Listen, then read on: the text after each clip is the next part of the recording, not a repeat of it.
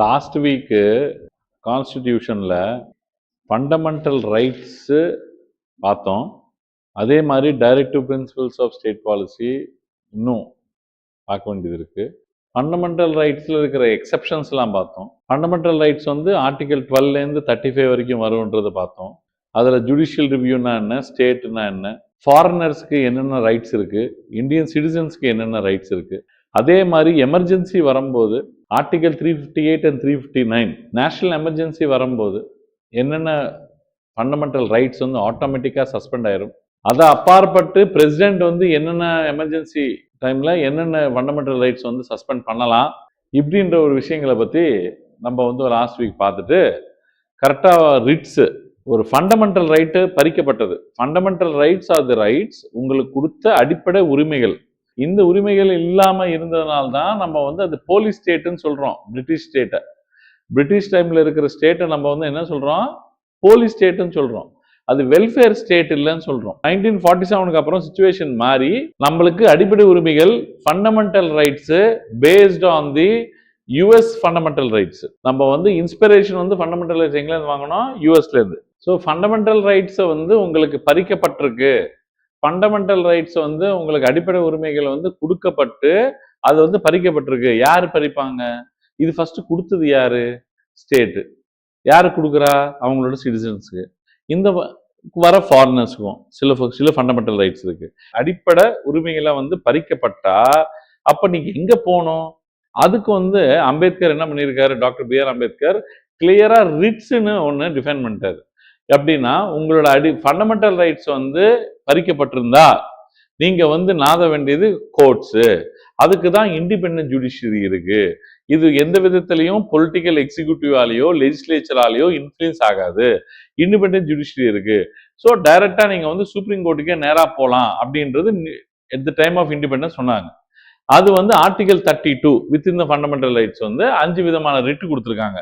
எந்தெந்த விஷயத்துக்காக நீங்க வந்து உங்க உரிமைகளை பறிக்கப்பட்டிருக்குன்னு சொல்லிட்டு நீங்க கோர்ட்டுக்கிட்ட போகலாம் அப்படின்னு.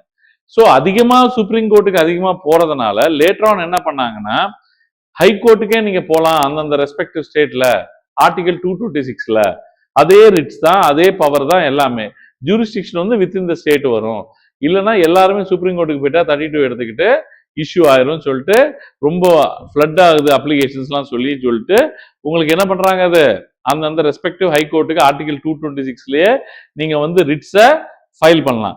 சார், இதை வந்து heart and soul of the constitution சொல்றாரு. எதுக்கு heart and soul of the constitution? எங்க நீங்க மக்கள் சந்தோஷமா இல்லாதப்போ ஒரு டெமோக்ரஸில, ஒரு ஜனநாயகத்துல மக்கள் தான் ஆக்சுவலி இந்த கான்ஸ்டிடியூஷனே எழுதின மாதிரி அவங்க வந்து பிரியாம்பிள் எழுதியிருக்காங்க. ஸோ மக்களுக்காகவே கொடுத்துக்கிட்ட கான்ஸ்டிடியூஷன்ல மக்கள் தான் பிரதிநிதிகளை வந்து தேர்வு பண்றாங்க, எலெக்ஷன்ஸ்ல வந்து பார்ட்டிசிபேட் பண்றாங்க, பண்ணி நீங்க வந்து லீடர்ஸை செலக்ட் பண்றாங்க, எலெக்ட் பண்ணி இந்த நாட்டை வந்து அடுத்த கட்டத்துக்கு கொண்டு போறாங்க. இந்த மக்களுக்கு அடிப்படை உரிமைகள் பறிக்கப்பட்டா அதை நீங்க பாதுகாக்க முடியல அப்படின்னா அது ஒரு ஸ்டேட்டே இல்லை. அதனாலதான் இது வந்து heart and soul of the constitution.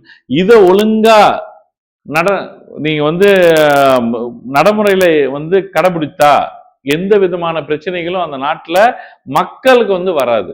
ஒரு விதமாக ஸ்டேட்டுக்கு பயம் இருக்கும்.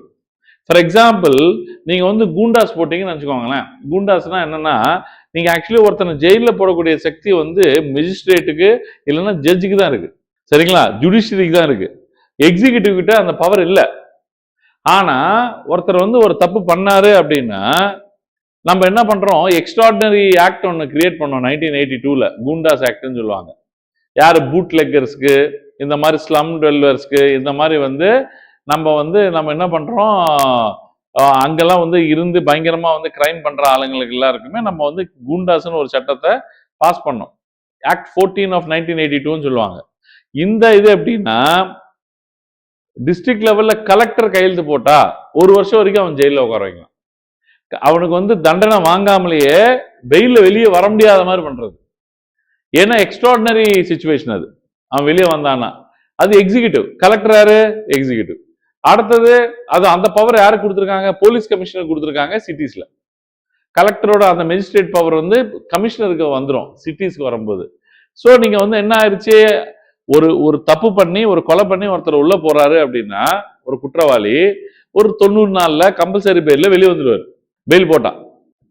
அந்த வர முடியாத சிச்சுவேஷனை கிரியேட் பண்ணணும், ஒரு வருஷமாவது அவனை உள்ள அடக்கணும், வெளியே வந்தா பிரச்சனை அப்படின்னு நினைச்சும் போது, ஸோ பெயில் வந்து ஒரு சாதாரண ஹியூமன் ரைட், சரிங்களா, நேச்சுரல் ஜஸ்டிஸ். ஸோ அந்த நேச்சுரல் ஜஸ்டிஸும் தாண்டணும் அப்படின்னா ஒரு கூண்டாசன எக்ஸ்ட்ராடினரி சட்டம் ஒன்று கிரியேட் பண்ணாங்க. இப்ப என்ன ஆயிருச்சு, அந்த குற்றவாளியோட வைஃபோ அம்மாவோ போயிட்டு ஹேபியஸ் கார்பஸ் ஃபைல் பண்ணாங்கன்னு வச்சுக்கோங்களேன் ஹைகோர்ட்ல. எந்த அடிப்படையில இவரை நீங்க உள்ள குற்றவாளியா உட்கார வச்சிருக்கீங்க அப்படின்றது அனலைஸ் பண்ணுவாங்க. சோ கிட்டத்தட்ட அவங்க புருஷனை இவங்க வந்து எடுத்துட்டு போய் ஒரு இடத்துல அடைச்ச மாதிரி கணக்காது. எக்ஸிகியூட்டிவ் அடைச்ச மாதிரி. ஜுடிஷியரி அடைச்சா ஹேபியஸ் கார்பஸ் போட முடியாது. ஜுடிஷியரி கரெக்டா லீகலா பண்ணுவாங்க, அவங்களுக்கு வந்து பனிஷ்மெண்ட் கொடுக்கக்கூடிய தொகுதி. ஆனா ஒரு கமிஷனர் இல்லைன்னா ஒரு கலெக்டர் இவங்க எல்லாருமே எக்ஸிகியூட்டிவ். ஏதோ ஒரு பகையை கூட மைண்ட்ல வச்சுக்கிட்டு அவர் குற்றம் பண்ண அந்த டைம்ல குண்டாஸ்க்கே ஃபிட் இல்லாம அவருக்கு குண்டாஸ் போட்டு விட்டு வேணும்னா உள்ள அடைச்சிட்டாங்கன்னா, அதுக்கு ரிவ்யூவே இல்லைன்னா, அதுக்காக என்ன பண்ணாங்கன்னா அட்வைசரி போர்டு, அதுல ரிட்டையர்டு சீஃப் ஜஸ்டிசஸ் சில பேர் வந்து ஜஸ்டிசஸ்லாம் உட்காந்துருப்பாங்க, அவங்கெல்லாம் வந்து ரிவ்யூ பண்ணிட்டு அவங்க தான் வந்து என்ன பண்ணுவாங்க, இது குண்டாஸ்க்கு தகுதி இல்லைன்னு சொல்லிட்டு உடனே அதை வந்து கேன்சல் பண்ணுவாங்க. புரியுதுங்களா? அது வந்து அட்வைசரி கமிட்டியில. இன்னொன்னு சேனல் என்னன்னா ஹேபியஸ் கார்பஸ்ல unlawful detention. So unlawful detention பண்ணக்கூடாது, பிரிவென்டிவ் டிடென்ஷன்ல இருக்க வேண்டிய எல்லா விதமான நடைமுறைகளும் கடைபிடிக்கணும் அப்படின்றது ஆர்டிகல் 22ல நீங்க எதுல படிச்சிருப்பீங்க, ஃபண்டமெண்டல் ரைட்ஸ்ல. இதையும் நீங்க வந்து தாண்டி நீங்க அன்லாஃபுல்லா டிடைன் பண்ணீங்கன்னா, டிடென்ஷன் என்ன, கூண்டாஸ்ல டிடைன் பண்றது. கூண்டாஸ்ல பண்ணீங்கன்னா கலெக்டர் ஒரு ஏதோ ஒரு எஸ்பி சொன்னாரு இல்லைன்னா ஒரு இன்ஸ்பெக்டர் ஃபைல் பண்ணாருன்றதுக்காக கொடுத்துட்டாரு, கரெக்டா அதை ஸ்க்ரூட்டினி பண்ணி குண்டாஸ்க்கு தகுதி இருக்கா இல்லையான்றது பார்க்காம பண்ணிட்டாரு. சோ எனி ரேண்டம் ஆக்ட், உங்க ஆசைக்கோ உங்களோட பகைக்கோ ஒரு ஆள் வந்து ஆளாகக்கூடாது. அவன் குற்றமே பண்ணியிருந்தாலும் அந்த குற்றத்தை தான் தண்டனை பண்ணணும் தவிர எக்ஸ்ட்ராடினரியா ஒரு சட்டம் அவர் மேல பாஸ் பண்ண வேண்டிய அவசியம் இல்லை. இந்த எக்ஸ்ட்ராடினரியா சட்டம் எதுக்கு கிரியேட் பண்ணியிருக்காங்கன்னா, சில பேரை வந்து அடக்க முடியாது, இந்த பெயில் அது இதுன்னு லூப் ஹோல்ஸ் யூஸ் பண்ணிட்டு வெளியே வந்துருவாங்க. அப்போ வந்து எக்ஸ்ட்ராடினரியா உள்ள போட்டு அடக்கி வைக்க வந்து ஒரு வருஷத்துக்கு அவர் வந்து இந்த மக்களுக்குள்ள நடமாடாம காப்பாத்துறதுக்காக செஞ்ச ஒரு குண்டாஸ் அது. அதை என்ன பண்ணுவாங்க பொலிட்டிக்கல் எக்ஸிகியூட்டிவ்ஸ்லாம் இந்த பொலிட்டீஷியன்ஸ் சொல்றதெல்லாம் கேட்டு ஒரு வாட்டி, இப்ப நீங்க டிபிக்கல் கேஸ் பார்த்திருப்பீங்க, அது பொலிட்டிக்கலா இல்லைன்றது யாருக்கும் தெரியாது. வந்து மீடியால அதிகமா பேசினதால் அவர் மேல ஒரு ஃபால்ஸா ஒரு கேஸை போட்டுட்டு சிட்டி கமிஷனர் வந்து என்ன பண்ணிருக்காரு, வந்து வேணும்னே வெஞ்சன்ஸ் வச்சுக்கிட்டு அந்த பொலிட்டிக்கலி ஆக்ட் ஆகி தான் என் மேல குண்டாஸ் போட்டாங்க, இல்லைன்னா எனக்கு குண்டாஸே நான் போடல, எனக்கு கஞ்சா எல்லாம் பாத்தீங்கன்னா வந்து என்கிட்ட கஞ்சாவே இல்லை, கஞ்சாவை வச்சு வேணும்னே வந்து சிவகங்கை தேனியில எனக்கு இந்த மாதிரி கஞ்சா கேஸ் எல்லாம் போட்டு என்னை வந்து குண்டாஸ்ல அடைச்சாங்க, ஆனா குண்டாஸை நான் உடைச்சிட்டு நான் வெளியே வந்துட்டேன். புரியுதுங்களா? சோ அவர் தப்பு பண்ணிருக்கலாம், எல்லாம் அது வந்து போலீஸுக்கும் தான் தெரியும், சரிங்களா? ஆனா என்ன பாயிண்ட்னா பொலிட்டிக்கல் மோட்டிவ்ல எக்ஸிகியூட்டிவ்ஸ் வந்து ஒரு வாட்டி சாயறதுக்கும் வாய்ப்பு இருக்கு. இல்ல நான் தப்பு பண்ண மாட்டேன்னு கம்முன்னு கரெக்டா நிக்கிற எக்ஸிகியூட்டிவ்ஸும் இருக்காங்க. சோ நீங்களும் நாளைக்கு பியூரோக்ராட் ஆனீங்கன்னா, புரியுதுங்களா, ஆனீங்கன்னா ஒரு டிஎஸ்பி ஆனீங்க அப்படின்னா நீங்க வந்து குண்டாஸ்க்கெல்லாம் ப்ரொபோசல் இன்ஸ்பெக்டர் அனுப்புவார், நீங்க தான் வந்து கலெக்டர் கிட்ட போய் நீங்க தான் வந்து சப்மிட் பண்ணுவீங்க, இவரும் போய் நிப்பாரு, எஸ்பி கிட்ட ரெக்கமெண்ட் பண்ணிட்டு தான் அது வந்து கலெக்டர் கிட்ட போகும் கையெழுத்து வாங்குறதுக்கு, இந்த மாதிரி குண்டாஸ் போடுறதுக்கு, சரிங்களா? எஸ்பி சார் வந்து இந்த மாதிரி குண்டாஸ் போட போறேன் சார்னா போடுன்றாரு. அந்த மாதிரி அதே மாதிரி சிட்டி கமிஷனர் கிட்ட போகும்போது அசிஸ்டன்ட் கமிஷனர் கிட்ட போய் அதுக்கப்புறம் தான் வந்து டெப்யூட்டி கமிஷனர் கிட்ட போகும், போயிட்டு அடிஷனல் கிட்டலாம் கையெழுத்து வாங்கி தான் கடைசியில் என்ன ஆகும், அது வந்து குண்டாஸ் கமிஷனர் கிட்ட போய் கையெழுத்து வாங்கும். அப்படின்னா நான் என்ன சொல்ல வரேன்னா, நீங்க ஐஏஎஸ் ஐபிஎஸ் ஆனீங்கன்னா குண்டாஸ்ன்றது இன்னெவிட்டபிள். ஐஆர்எஸ் இல்லைன்னா வந்து ஐஆர்டிஎஸ் இல்லைன்னா வந்து இந்தியன் ரயில்வே சர்வீஸ் இப்படி போறீங்கன்னா இந்தியன் போஸ்டல் சர்வீஸ்லாம் சம்மந்தம் இல்லை. பட் ஆனா ஐஏஎஸ் ஐபிஎஸ் ஆறீங்க அப்படின்னா இந்த குண்டாஸை பார்க்காம உங்களால எக்காரணத்தை கொண்டும் நீங்க உங்களால கிராஸ் பண்ண முடியாது. உடனே அவங்க வைஃப் போயிட்டு அவங்க அம்மா போயிட்டு குண்டாஸை ஹேபியஸ் கார்பஸ் ஃபைல் பண்ணுவாங்க, அன்லாஃபுல்லா டிடைன் பண்ணிட்டாங்க, குண்டாஸுக்கு என் புருஷன் தகுதியே இல்லை, ஏதோ அத்தியாவசரத்துல அவர் ஏதோ அந்த தப்பு பண்ணார் தவிர சடன் ப்ரொவகேஷன்ல பண்ணிட்டாரு, அவரெல்லாம் வந்து ஹிஸ்டரி ஷீட்டரு ரவுடி ஷீட்டர் மாதிரி ஆகிட்டாங்க, எனக்கு எப்படியாவது வந்து அந்த கூண்டாஸ்ல இருந்து எங்க புருஷனா விடுவீங்க அப்படின்னா அந்த கூண்டாஸை உடைக்க ட்ரை பண்ணுவாங்க. இதுக்குன்னு கூண்டா ஸ்பெஷலிஸ்ட் அப்படின்னு சொல்லிட்டு அட்வொகேட்ஸ் எல்லாம் சீனியர் அட்வொகேட்ஸ் எல்லாம் எங்க சுத்திட்டு இருப்பாங்க, உங்களுக்கு ஹைகோர்ட்ல சுத்திட்டு இருப்பாங்க. சரிங்களா? சோ ஹேபியஸ் கார்பஸ் நீங்க கண்டிப்பா பாப்பீங்க. அதே மாதிரி ஒரு அப்பாவுக்கு ஒரு பொண்ணு இருக்கு. அந்த பொண்ணு இன்னொருத்தரோட கல்யாணம் ஆகி கூட மெச்சூர் மேஜர் ஆகி 18 இயர்ஸ் தாண்டி இன்னொரு பையனோட ஓடி போச்சு. நம்ம லாங்குவேஜ்ல சொல்லணும்னா, ஆனா ஆக்சுவலி ஃபாரின் லாங்குவேஜ்ல சொல்லணும்னா அவங்க 2 பேர் விரும்பி தனியா போய் வாழ்றாங்க. நம்ம ஊர்ல சொல்லணும்னா ஓடி போச்சு, பறந்து போச்சு, புரியுதுங்களா, விட்டு போச்சு, இந்த கான்செப்ட்லாம் வச்சுட்டு இருப்பாங்க. நம்ம லாங்குவேஜே வேற. சோ ஒரு பொண்ணு இன்னொரு பையனோட 2 பேரும் மேஜர் போயிட்டு கல்யாணம் பண்ணி தனியா இருக்காங்க. இப்ப யாருக்கு எரியும்? அந்த பொண்ணோட அப்பாக்கு பொண்ணோட அம்மாக்கு எரியும். எரியும் போது பொலிட்டிக்கலி மோட்டிவ் இருக்கிற ஆளுங்கெல்லாம் என்ன பண்ணுவாங்கன்னா, புரியுதுங்களா, உடனே போய் என் பொண்ணை காணோம் அப்படின்னு சொல்லி கிட்னாப் பண்ணிட்டாங்க அப்படின்னு சொல்லி ஹேபியஸ் கார்பஸ் ஃபைல் பண்ணுவாங்க. ஹேபியஸ் கார்பஸ் ஃபைல் பண்ணிட்டு ஹைலைட் என்னன்னா இதுதான், அந்த பொண்ணை வந்து போலீஸ் தான் வந்து கொண்டு வந்து எங்க நிறுத்தணும், வித்தின் 24 hours இல்ல 48 hours எங்க கொண்டு வந்து நிறுத்தணும், மேஜிஸ்ட்ரேட் முன்னாடி வந்து நிறுத்தணும். புரியுதுங்களா உங்களுக்கு? நிறுத்துறதுக்கு கோர்ட்டுக்கு வருவாங்கல்ல, தூக்கிடுவாங்க. புரியல? இவங்க போயிட்டு பொண்ணு மேல அக்கறை இருக்கிற மாதிரி அந்த அப்ப அதுக்காக என்ன பண்ணனா, நான்லாம் என்ன பண்ணனா, சிவகங்கை இந்த மாதிரி இது வந்து முதுகுளத்தூர், ராம்நாடு இந்த இடத்துலலாம் வேலை செய்யும் போது ஃபர்ஸ்ட் ஒரு வீடியோ ரெக்கார்ட் பண்ணிட்டு நான் சேஃபா தான் இருக்கேன், நான் தனியா இந்த மாதிரி குடுத்தனம் பண்ணிட்டு இருக்கேன், நான் இன்னொருத்தர் விரும்பினோட வந்துட்டேன், இன்னும் இந்தாங்க என்னோட மார்க் ஷீட்டு, இந்தாங்க என்னோட டேட் ஆஃப் பர்த் சர்டிபிகேட், நாங்க எல்லாருமே 2 பேருமே மேஜரு, இங்க உயிருக்கு வந்து ரொம்ப வந்து ஆபத்து இருக்கிறதுனால நாங்க கோர்ட்டுக்கு வரதுக்கு யோசிக்கிறோம், எங்களுக்கு தகுந்த போலீஸ் பாதுகாப்பு கொடுத்து எங்களை கொண்டு வாங்கன்னு சொல்லிட்டு ஒரு வீடியோவை ரிலீஸ் பண்ணி எப்படியோ அது மேஜிஸ்ட்ரேட்டுக்கு போயிடும், அனுப்பிச்சு விட்டுருவேன். அப்படியே லைட்டா அது மீடியாவுக்கு ரிலீஸ் பண்ணி விட்டுருவோம். புரியுதுங்களா? அப்ப என்ன ஆகும்னா ஒண்ணும் பண்ண முடியாது.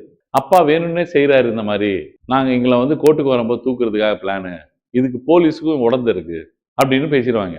நான் என்ன பண்ணுவேன், இது எல்லாத்துலேருந்து தப்பிக்க வைக்கிறதுக்கு 2 ஆர்ம்டு எஸ்கார்ட் போலீஸை போட்டு ஸ்பெஷல் பர்மிஷனை வாங்கி மேலேருந்து பஸ்ல அமிச்சேன். மாமியார் பஸ்ல ஏறி, மாமியார் 2 வீலர் 4-5 2 வீலர் 2 கார்ல போய் பஸ்ஸை மறைச்சு, கவர்மெண்ட் பஸ்ஸை மறைக்க கூடாது, மறைச்சாலே கேஸ், மறைச்சு உள்ள ஏறி அந்த மாமியாரு, பையனோட மாமியார் பொண்ணோட அம்மா, அந்த பையனை வெட்டுறாங்க. we are living in 2026, not just 26 AD இல்ல, 2026 AD. ஜஸ்ட் 26னா பரவாயில்ல. இந்த ஊரு சத்தியமா தமிழ்நாட்டில் தான் இருக்கு, அதுக்கு சாட்சி நான் தான். அதுக்கப்புறம் அவங்கள பிடிச்சி அவங்கள அரெஸ்ட் பண்ணி அவங்க எல்லாரையும் ஜெயில போட்டு, பொண்ணு பக்கம்லாம் ஜெயில போட்டு, பையன் பக்கம்லாம் ஜெயில போட்டு, இவங்க 2 பேரையும் ஓட வச்சு திரும்பி சென்னை கொண்டு வந்து, சென்னையிலேருந்து வேற ஊருக்கு ஏதோ நார்த் இந்தியா ட்ரெயின் ஒன்று ஏற்றி விட்டு, வேற ஏதோ ஒரு ஐபிஎஸ் ஆஃபீஸர் எங்கேயோ ஒரு லிங்க்ல இருந்தா அங்க வராங்க சார், நீங்க எப்படியோ ரிசீவ் பண்ணிட்டு தமிழ்நாடுக்கு மட்டும் அனுப்பாதீங்க. எப்பா நாடோடிகள் படத்துல அவன் ஒரு வாட்டி தான் ஓடி இருக்கான், தமிழ்நாடு போலீஸ் தினசரி ஓடிக்கிட்டு இருக்காங்க, அவனுக்காவது காது கை இதெல்லாம் தான் அடிச்சிருக்காங்க, நம்பிக்கை துரோகம் தான். எங்களுக்கு என்னன்னா கீழே இருக்கிற போலீஸ் யாரோட டைப்ல இருக்காங்கன்னு தெரியாது, கீழே இருக்கிற இன்ஸ்பெக்டர் ஹெல்ப் பண்ணிட்டு இருப்பாரு, சொல்ல முடியாது. ஏன்னா அவர் வந்து சொல்லக்கூடாது, இதெல்லாம் அலிகேஷன் சொல்லக்கூடாது, ஜாதி ரீதியா கூட சேர்ந்திருக்கலாம், பொலிட்டிக்கலி சேர்ந்திருக்கலாம், பணமா விளையாடி இருக்கலாம், இல்லைன்னா நேர்மையான அதிகாரியா இருக்கலாம், நான் அவனுக்கு இன்னொரு எஸ்ஐ வந்து நேர்மையா இல்லாம இருந்திருக்கலாம். சோ இந்த மாதிரி ஒரு பிரச்சனைகளை வந்து நீங்க வந்து பாப்பீங்க. இன்னொன்னு, உங்க பொண்ணை காணோம், கம்யூனிகேஷனும் இல்ல, யாரோடையும் ஓடி போல, அப்ப போய் ஹைபியஸ் கார்பஸ் ஃபைல் பண்ணா போலீஸ்காரன் செத்தான். இப்போ சுபாஷ் நாளைக்கு ஒரு ஃபாதர் ஆகி ஒரு பொண்ணை பேக்கிறாருன்னு வச்சுக்கோங்களேன், அந்த பொண்ணை இப்ப இன்ஜினியரிங் படிக்கிறதுக்காக சென்னை அனுப்புறாரு, பொண்ணு ராத்திரி 10:30 மணி வரைக்கும் அவர் சுபாஷோட பேசிட்டு தான் இருக்கா. 10:30 மணிக்கு அப்புறம் 10:40 போன் சுவிச் ஆஃப், காலையில வரைக்கும் ஒன்னும் ரிப்ளை இல்ல, போன் அடிச்சா சுவிச் ஆஃப்னு வருது. அப்ப போயிட்டு சுபாஷ் போயிட்டு ஹைகோர்ட்ல ஹேபியஸ் கார்பஸ் ஃபைல் பண்ணான்னு நினைச்சுக்கோங்களேன், அவ்வளவுதான், அலர் அடிச்சுக்கிட்டு தேடிட்டு இருப்பாங்க போலீஸ். எப்படி தேடுவாங்கன்னா, ஏன்னா it is responsibility of the police to bring the person. Habeas கார்பஸ்னா டு ஹேவ் த பாடி வித்னு அர்த்தம். எங்க பாடி, எங்க கார்பஸ்னா பாடி, புரியுதுங்களா உங்களுக்கு? சோ எங்க பாடி எங்கன்னு கேட்கறது தல்லாபுலன்னு ஆயிரும். ஒருத்தன் ஹேபியஸ் கார்பஸ் சொல்லி என்ன மாதிரி ரிப்ளை பண்ணுவீங்க? நீங்க எடுக்கிற எஃபோர்ட் எல்லாம் சேர்த்து ஒரு அஃபிடேவிட்டை ஃபைல் பண்ணணும். ஃபர்ஸ்ட் என்னென்னலாம் முயற்சிகள் எடுத்திருக்கீங்க சார், வால் போஸ்ட் அடிச்சிருக்கோம் சார், இந்த பக்கம்லாம் வந்து பேம்ப்ளெட் கொடுத்துருக்கோம் சார், இந்த பக்கம்லாம் போயிட்டு நாங்க ஆல்ரெடி மிஸ்ஸிங் பர்சன் கம்ப்ளைண்ட் வந்து எங்கே இருக்கா, ஏதாவது ஒரு பிரச்சனை இருக்கா, இவங்க யார்கிட்டலாம் கால் டீடைல்ஸ் எல்லாம் எடுத்தோம் சார், யாருக்கிட்டலாம் அதுக்கு முன்னாடி லாஸ்ட் கால் யாருக்கு பண்ணாங்கன்னு பார்த்தோம் சார், லாஸ்ட் பர்சன் யாருக்கிட்ட வந்து அவங்க கடைசியா அவங்களோட பேசினது, அவங்கள வெர்ச்சுவலா விஷுவலா யாரு பார்த்தது, இப்படிலாம் நான் ஏன் இந்த எக்ஸ்பான்ஷன் ஹேபியஸ் கார்பஸ்க்கு இவ்வளோ, இந்த 5மே உங்க வாழ்க்கையில யூஸ் ஆக போகுது. இந்த 5மே உங்களுக்கு யூஸ் ஆக போகுது. உங்களுக்கு நீங்க அதிகாரி ஆனாலும், நீங்க ஐஏஎஸ் ஐபிஎஸ் ஆபீசர் ஆறீங்க அப்படின்னா இந்த 5ஓட தான் வாழ போறீங்க. உங்களுக்கே ஒரு பிரச்சனை வரும். சார் எனக்கு முன்னாடி அவனுக்கு பர்மிஷன், அவனுக்கு ப்ரொமோஷன் கொடுத்துட்டாங்க சார், இன்னும் வந்து ப்ரொமோஷனே தரல சார். உடனே கோர்ட்ல டைரக்ஷன் கேட்பீங்க. இதுல உடனே கோ வாரண்டோ. என்ன அத்தாரிட்டியில ராதிகாவை தூக்கி முன்னாடி வச்சீங்க, பிரியதர்ஷினி கேஸ் போடுவா. நாங்க 2 பேரும் ஒரே பேட்ச் 2026 பேட்ச். ஆனா எந்த அதிகாரத்துல அவங்கள எஸ்பி ஆக்கிட்டீங்க, இல்ல ஏடிஎஸ்பி வச்சிருக்கீங்க? என்ன அத்தாரிட்டியில இவங்களை டிஜிபி ஆக்குனீங்க? HOPF head of the police போர்ஸா? இன்னும் ஏன் ஆக்கல? ஃபேமஸ் கேஸ் இருக்கு, Latika Saran DGP Natraj versus Tamil Nadu police, புரியுதுங்களா? அவர் போட்டார், லத்திகா சரணுக்கு ப்ரொமோஷன் கொடுத்துட்டாங்க டிஎம்கே கவர்மெண்ட் 2010ல. ஆனா வந்து மோஸ்ட் சீனியர் ஆபீசர் அப்போ நட்ராஜ். அப்புறம் மயிலாப்பூர் எம்எல்ஏ ஆனார், தெரியுமா உங்களுக்கு? மிஸ் நட்ராஜ் சார், புரியுதுங்களா? பழைய டிஜிபி சார் நட்ராஜ் சார். அப்புறம் மயிலாப்பூர்ல 2011ல எம்எல்ஏ ஆறாரு மயிலாப்பூர் தொகுதி. சோ இது கோவரண்டோ. அப்படின்னா நான் என்ன சொல்றேன்னா, it is all part and parcel of your job, career. மக்களுக்கு ஒரு பிரச்சனை வருது, மனித உரிமைகள் பறிக்கப்பட்டிருக்கு, ஒருத்தவங்களை வந்து கிட்னாப் செய்யப்பட்டாங்க, ஒருத்தவங்களோட டிடென்ஷன் நடக்கப்பட்டிருக்கு. எல்லா இஷ்யூஸும் போலீஸோ கலெக்டரோ இல்லாம அடுத்த கட்டத்துக்கு போகாதுன்ற, புரியுதுங்களா? அடுத்தது மேண்டமஸ்னா, பாலாஜி இருக்காரு ஒரு இடத்துல, ஆர்டிஓ சீர்காழியில இருக்காரு சரிங்களா? இருந்துட்டு அங்க கறி குழம்பு சாப்பிட்டுட்டு இருக்காரு, நல்லா உட்காந்துக்கிட்டு. ஆர்டிஓவா இருக்காரு, மயிலாடுதுறைக்கு போலாம், ஏதோ ஒரு கோயிலை பார்க்கலான்றதுக்கு முன்னாடி சரி சித்தப்பா வீட்டுக்கு போவோம் அப்படின்னு சொல்லிட்டு உட்காந்துக்கிட்டு சாப்பிட்டுட்டு இருக்காரு. அவரு தான் ஆர்டிஓ சீர்காழி. ஆர்டிஓன்னா என்னது? Revenue divisional officer. எங்க ஒரு 10 தாசில்தார் இருப்பாங்க அவர் கீழே. ஒரு டிஸ்ட்ரிக்ட்ல 3 ஆர்டிஓ இருப்பாங்க. பெரிய டிஸ்ட்ரிக்ட்னா, சின்ன டிஸ்ட்ரிக்ட்னா 2 ஆர்டிஓ இருப்பாங்க. அடுத்தது டிஆர்ஓ ஆவாங்க, அடுத்தது கலெக்டர் ஆவாங்க. குரூப் 1ல போனீங்கன்னா உங்களுக்கு ஃபர்ஸ்ட் போஸ்டிங் டெபுட்டி கலெக்டர் வந்து ரேங்க், போஸ்டிங் வந்து ஆர்டிஓ. இந்த ஆர்டிஓக்கு இது ஆர்டிஓ போஸ்ட் தான் சப் கலெக்டர்னுவாங்க ஐஏஎஸ்க்கு வரும்போது. அதே போஸ்டிங் தான், ஆனா இவர் ஆர்டிஓன்னுவாங்க, அவர் சப் கலெக்டர்னுவாங்க. ஆனா டிவிஷன் சேம். நான் எங்க வந்தேன்? மேண்டமஸ். இவர் உட்காந்து கறி குழம்பு திங்கும் போது போன் வருது, ஒருத்தர் மேண்டமஸ் ஃபைல் பண்ணிட்டார் ஹைகோர்ட்ல. ஒரு என்கொயரி. அவரு தான் வந்து ரெவன்யூ டிவிஷனல் மேஜிஸ்ட்ரேட். எது? அவர் வந்து டிஸ்ட்ரிக்ட் மேஜிஸ்ட்ரேட். டிஆர்ஓ வந்து அடிஷனல் டிஸ்ட்ரிக்ட் மேஜிஸ்ட்ரேட். இவர் வந்து அந்த ரெவன்யூ டிவிஷனுக்கு மேஜிஸ்ட்ரேட். ஃபர்ஸ்ட் கிளாஸ் மேஜிஸ்ட்ரேட் வந்து தாசில்தார். இப்போதைக்கு இவர் தான் வந்து ஜுடிஷியல் இன்கொயரி இவர் கண்டக்ட் பண்ணலாம், எக்ஸிகியூட்டிவா இருந்து. ஏன்னா மேஜிஸ்ட்ரேரியல் பவர்ஸ் இருக்கு அவருக்கு. ஜுடிஷியல் இன்கொயரி கண்டக்ட் பண்ணிட்டு இருக்காரு. யாரோட இடம் இது அப்படின்னு பஞ்சாயத்து பண்றது. இது இழுத்தடிச்சுக்கிட்டே இருக்காங்க. பழைய ஆளுங்கெல்லாம் 3-4 வருஷமா இழுத்தடிக்கிறாங்க. பஞ்சாயத்து முடிக்காம அந்த சப் கலெக்டர், அந்த ஆர்டிஓ எல்லாரும் டிரான்ஸ்பர் ஆகி போயிட்டாங்க. இவர் இப்பதான் வந்து பாவம் கிளியர் பண்ணிட்டு வந்து அந்த ஆர்டிஓ போஸ்ட்ல உட்கார்றாரு. டங்குன்னு பார்த்தா இப்ப ஆர்டிஓ சீக்காளி யாருன்னா பாலாஜியோட நம்பர் தெரியுது. அடிச்சு இப்ப ஜாயின் பண்ணி அவர் 1 மாசம் தான் ஆச்சு. போன் பண்ணி கேக்குறாங்க, எப்ப மேண்டமஸ் ஃபைல் பண்ணிட்டாங்க, உடனே அதுல வந்து என்ன ஆக்ஷன் பெர்ஃபார்ம் பண்ண, இதுல என்ன நீங்க இப்போ வரைக்கும் ஆக்ஷன் எடுத்திருக்கீங்க அப்படின்னு வந்து உடனே ரிப்ளை தரணும். ரொம்ப மேஜிஸ்ட்ரேட் ஜட்ஜி பாத்தீங்கன்னா ரொம்ப திட்டாரு. என்ன ஒரு ஆக்ஷன் எடுக்காம 3 வருஷம் 4 வருஷமா என்ன பண்ணிட்டு இருக்காங்க ஆர்டிஓ எல்லாம் அப்படின்னு திட்டுறாரு. இல்லைன்னா அவர் மேல வந்து சார்ஜஸ் வந்து ஸ்டார்ட் பண்ணுங்க, டிசிப்ளினரி ப்ரொசீடிங் ஸ்டார்ட் பண்ணுங்க. அவர் என்னென்னலாம் இப்போ வரைக்கும் ஆக்ஷன் எடுத்தாரோ அது எல்லாத்தையும் சப்மிட் பண்ண சொல்லுவாங்க. அதே மாதிரி உடனே இன்னொரு ஆர்டரும் தருவாங்க. நீங்க தயவு செய்து உடனே இந்த வேலையை பண்ணுங்க, இது மெரிட்ஸ்ல இது உடனே இந்த பிரச்சனைய முடிங்க. இன்னொன்னு இருக்கு, கீழே இருக்கிற கோர்ட்ல ஒழுங்கா வேலை செய்ய மாட்டாங்க, ஹைகோர்ட்ல போய் ஃபெயில் பண்ணுவாங்க. சார் எல்லா ஆதாரமும் கொடுத்தாச்சு சார், எல்லா என்கொயரியும் போட்டாச்சு சார், அவர் தீர்ப்பு போடாம உட்காந்துருக்காரு சார், காசு வாங்கிட்டார் சார் அந்த மேஜிஸ்ட்ரேட் அப்படின்றாங்க. அப்போ உடனே ஹைகோர்ட்ல என்ன பண்ணுவாங்க, அவனை உடனே தீர்ப்பு சொல்ல சொல்லி டைரக்ஷன் கொடுப்பாங்க. அதுவும் என்ன சொல்லுவீங்க? மேண்டமஸ் தான். Mandamus something like you are ordering some officials to do the job which they are ought to do. அவங்க பண்ண வேண்டிய வேலையை பண்ணாம உட்கார்ந்து இருக்கிறதுனால ஒரு பிரச்சனை மக்களுக்கு வரதுக்கு வாய்ப்பு இருக்கு. அது லாண்ட் ஆர்டரா பிரச்சனை ஆகி கொலையில கூட போய் நிக்கலாம். நீங்க ஒரு சிவில் பிரச்சனைய, ஒரு வீட்டு பிரிச்சு கொடுக்குற பிரச்சனையில என்கொயரின்னு போயிட்டே இருந்தா அதுக்குள்ள அந்த 2 வீட்டு அம்மாவும் சண்டை போட, அந்த வீட்டு அம்மா முடியும் பிடிக்க, இதை பார்க்க 2 பேரும் தண்ணி அடிச்சுட்டு வந்து 2 வீட்டுக்காரங்களும் தலையை பிடிக்க, கையில அருவா மாட்ட, தலையை துண்டா வெட்ட, முடிஞ்சு போச்சு. நான் என்ன மர்டரா சார் பண்ணேன் அப்படின்னு ஆர்டிஓ சீர்காழி கேள்வி கேட்கலாம். ஆக்சுவலி அந்த ரத்தம் நம்மளுக்கு தான் ஒட்டும் பாலாஜி. அந்த ஒட்டம் லிட்டரலா யாருக்கு ஒட்டும்? நம்மளுக்கு தான் ஒட்டும். நான் எந்த நோக்கத்துல இது சொல்லித்தரேன்னா, இந்த 5 ரிட்டும் எக்ஸாமினேஷனுக்காக நீங்க படிச்சா ஒர்க் அவுட் ஆகாது. அடுத்த 30 வருஷம் ஜாப்ல சர்வே பண்றதுக்காக படிக்கணும். புரியுதுங்களா? சோ இது அசால்ட்டா படிச்சுட்டு போனா என்னென்னலாம் விளைவுகள் வரும். ஒரு அப்ளிகேஷன், ஒரு பிட்டிஷன் எடுத்து என்கொயரியா பண்ணாம கடப்புல போட்டா என்னென்னலாம் நடக்கும், என்னென்ன பிரச்சனைகள் எல்லாம் மக்கள் ஃபேஸ் பண்ணுவாங்க, அந்த ஹீட் என்ன, பப்ளிக் சர்வீஸ்னா எப்படி இருக்கும், பப்ளிக் சர்வீஸ் மென்டாலிட்டி இல்லாம ஓபி அடிக்கிற எல்லாரையும் கேள்வி கேட்கறது தான் ரிட்ஸோட வேலை. அதுக்கு தான் heart and soul of the constitution சொன்னாங்க. அத புரியுதுங்களா? ஸ்பிரிட்டே ரிட்ஸ் தான். புரோஹிபிஷன், தேவையில்லாத பெர்ஃபார்மன்ஸ் கொடுத்துட்டு இருக்காங்க கீழே இருக்கிற judicial magistrate.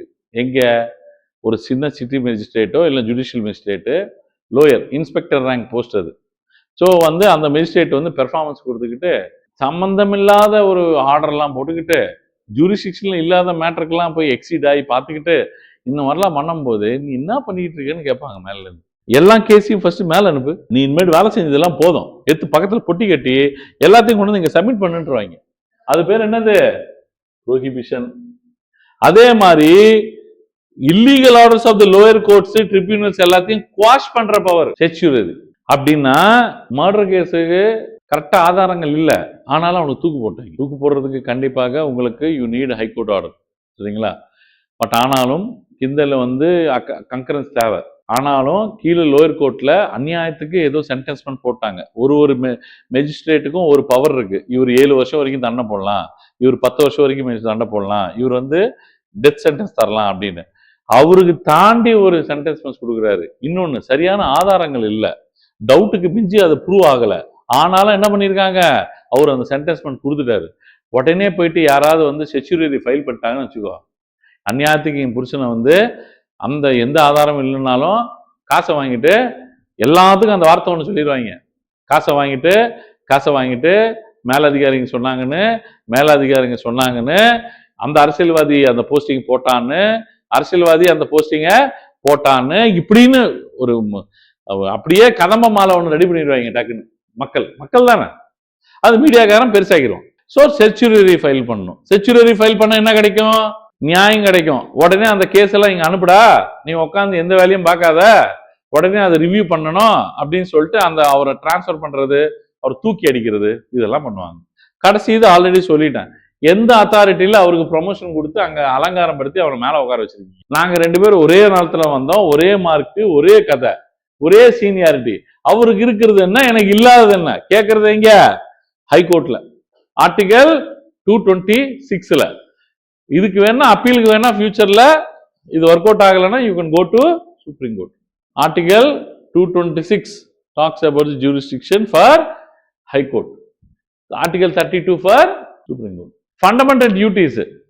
1975ல when the emergency is in progress, emergency போயிட்டு இருக்கு, national emergency due to internal disturbance. அப்போ இந்திரா காந்தி கவர்மெண்ட் இருந்தது, அவங்க தான் எமர்ஜென்சியை பாஸ் பண்றாங்க. இந்த 1975ல இருக்கும்போது நம்ம கொடுத்த அடிப்படை உரிமைகள் பறிக்கப்பட்டிருக்குன்னு சொல்லிட்டு நிறைய பேர் ரிட்டு ஃபைல் பண்ண ஆரம்பிச்சிட்டாங்க. எங்களுக்கு ஃப்ரீடம் ஆஃப் ஸ்பீச் இல்லை, ஃப்ரீடம் ஆஃப் எக்ஸ்பிரஷன் இல்லை, அதெல்லாம் கேன்சல் ஆயிரும். ஆக்சுவலி எதுல? எமர்ஜென்சியில. இதெல்லாம் இல்லை, எங்களோட அடிப்படை உரிமைகள்லாம் பறிக்கப்பட்டிருக்கு, நிறைய டிடென்ஷன் நடக்குது, நிறைய பேர் அடிக்கிறாங்க, நிறைய பேரை டிடைன் பண்றாங்க, நிறைய பேர் அரெஸ்ட் பண்றாங்க, கேட்கறதுக்கு எங்கேயுமே ஆதி இல்லை அப்படின்னு சொல்லி நிறைய பேர் ஃபைல் பண்ணும்போது, அப்பா உங்களுக்கு அடிப்படை உரிமைகள் இருக்குன்றதுனால நீங்க பறிக்கப்பட்டதுன்ற, ஆனா அடிப்படை கடமைகள்னு ஒண்ணு இருக்கு. உரிமைகள் கொடுத்துருக்கோம், ஆனா அதே மாதிரி ஒரு சிட்டிசனுக்கு, ஒரு குடிமகனுக்கு, ஒரு குடிமகளுக்கு என்ன இருக்கு? கடமைகளும் இருக்கு. அதை நீங்க செய்யறதுக்கு தவறுற. சும்மா அதை விட்டுட்டு இந்த மாதிரி ஒரு நாட்டுல பிறந்துட்டு உனக்கு சயின்டிபிக் டெம்பர் இருக்கணும், புரியுதுங்களா? கல்ச்சர்னா ரெஸ்பெக்ட் இருக்கணும், கண்ட்ரினா ஒரு கண்ட்ரி மேல இருக்கிற அபிஷியல்ஸ் மேல உனக்கு பிரியம் இருக்கணும், புரியுதுங்களா?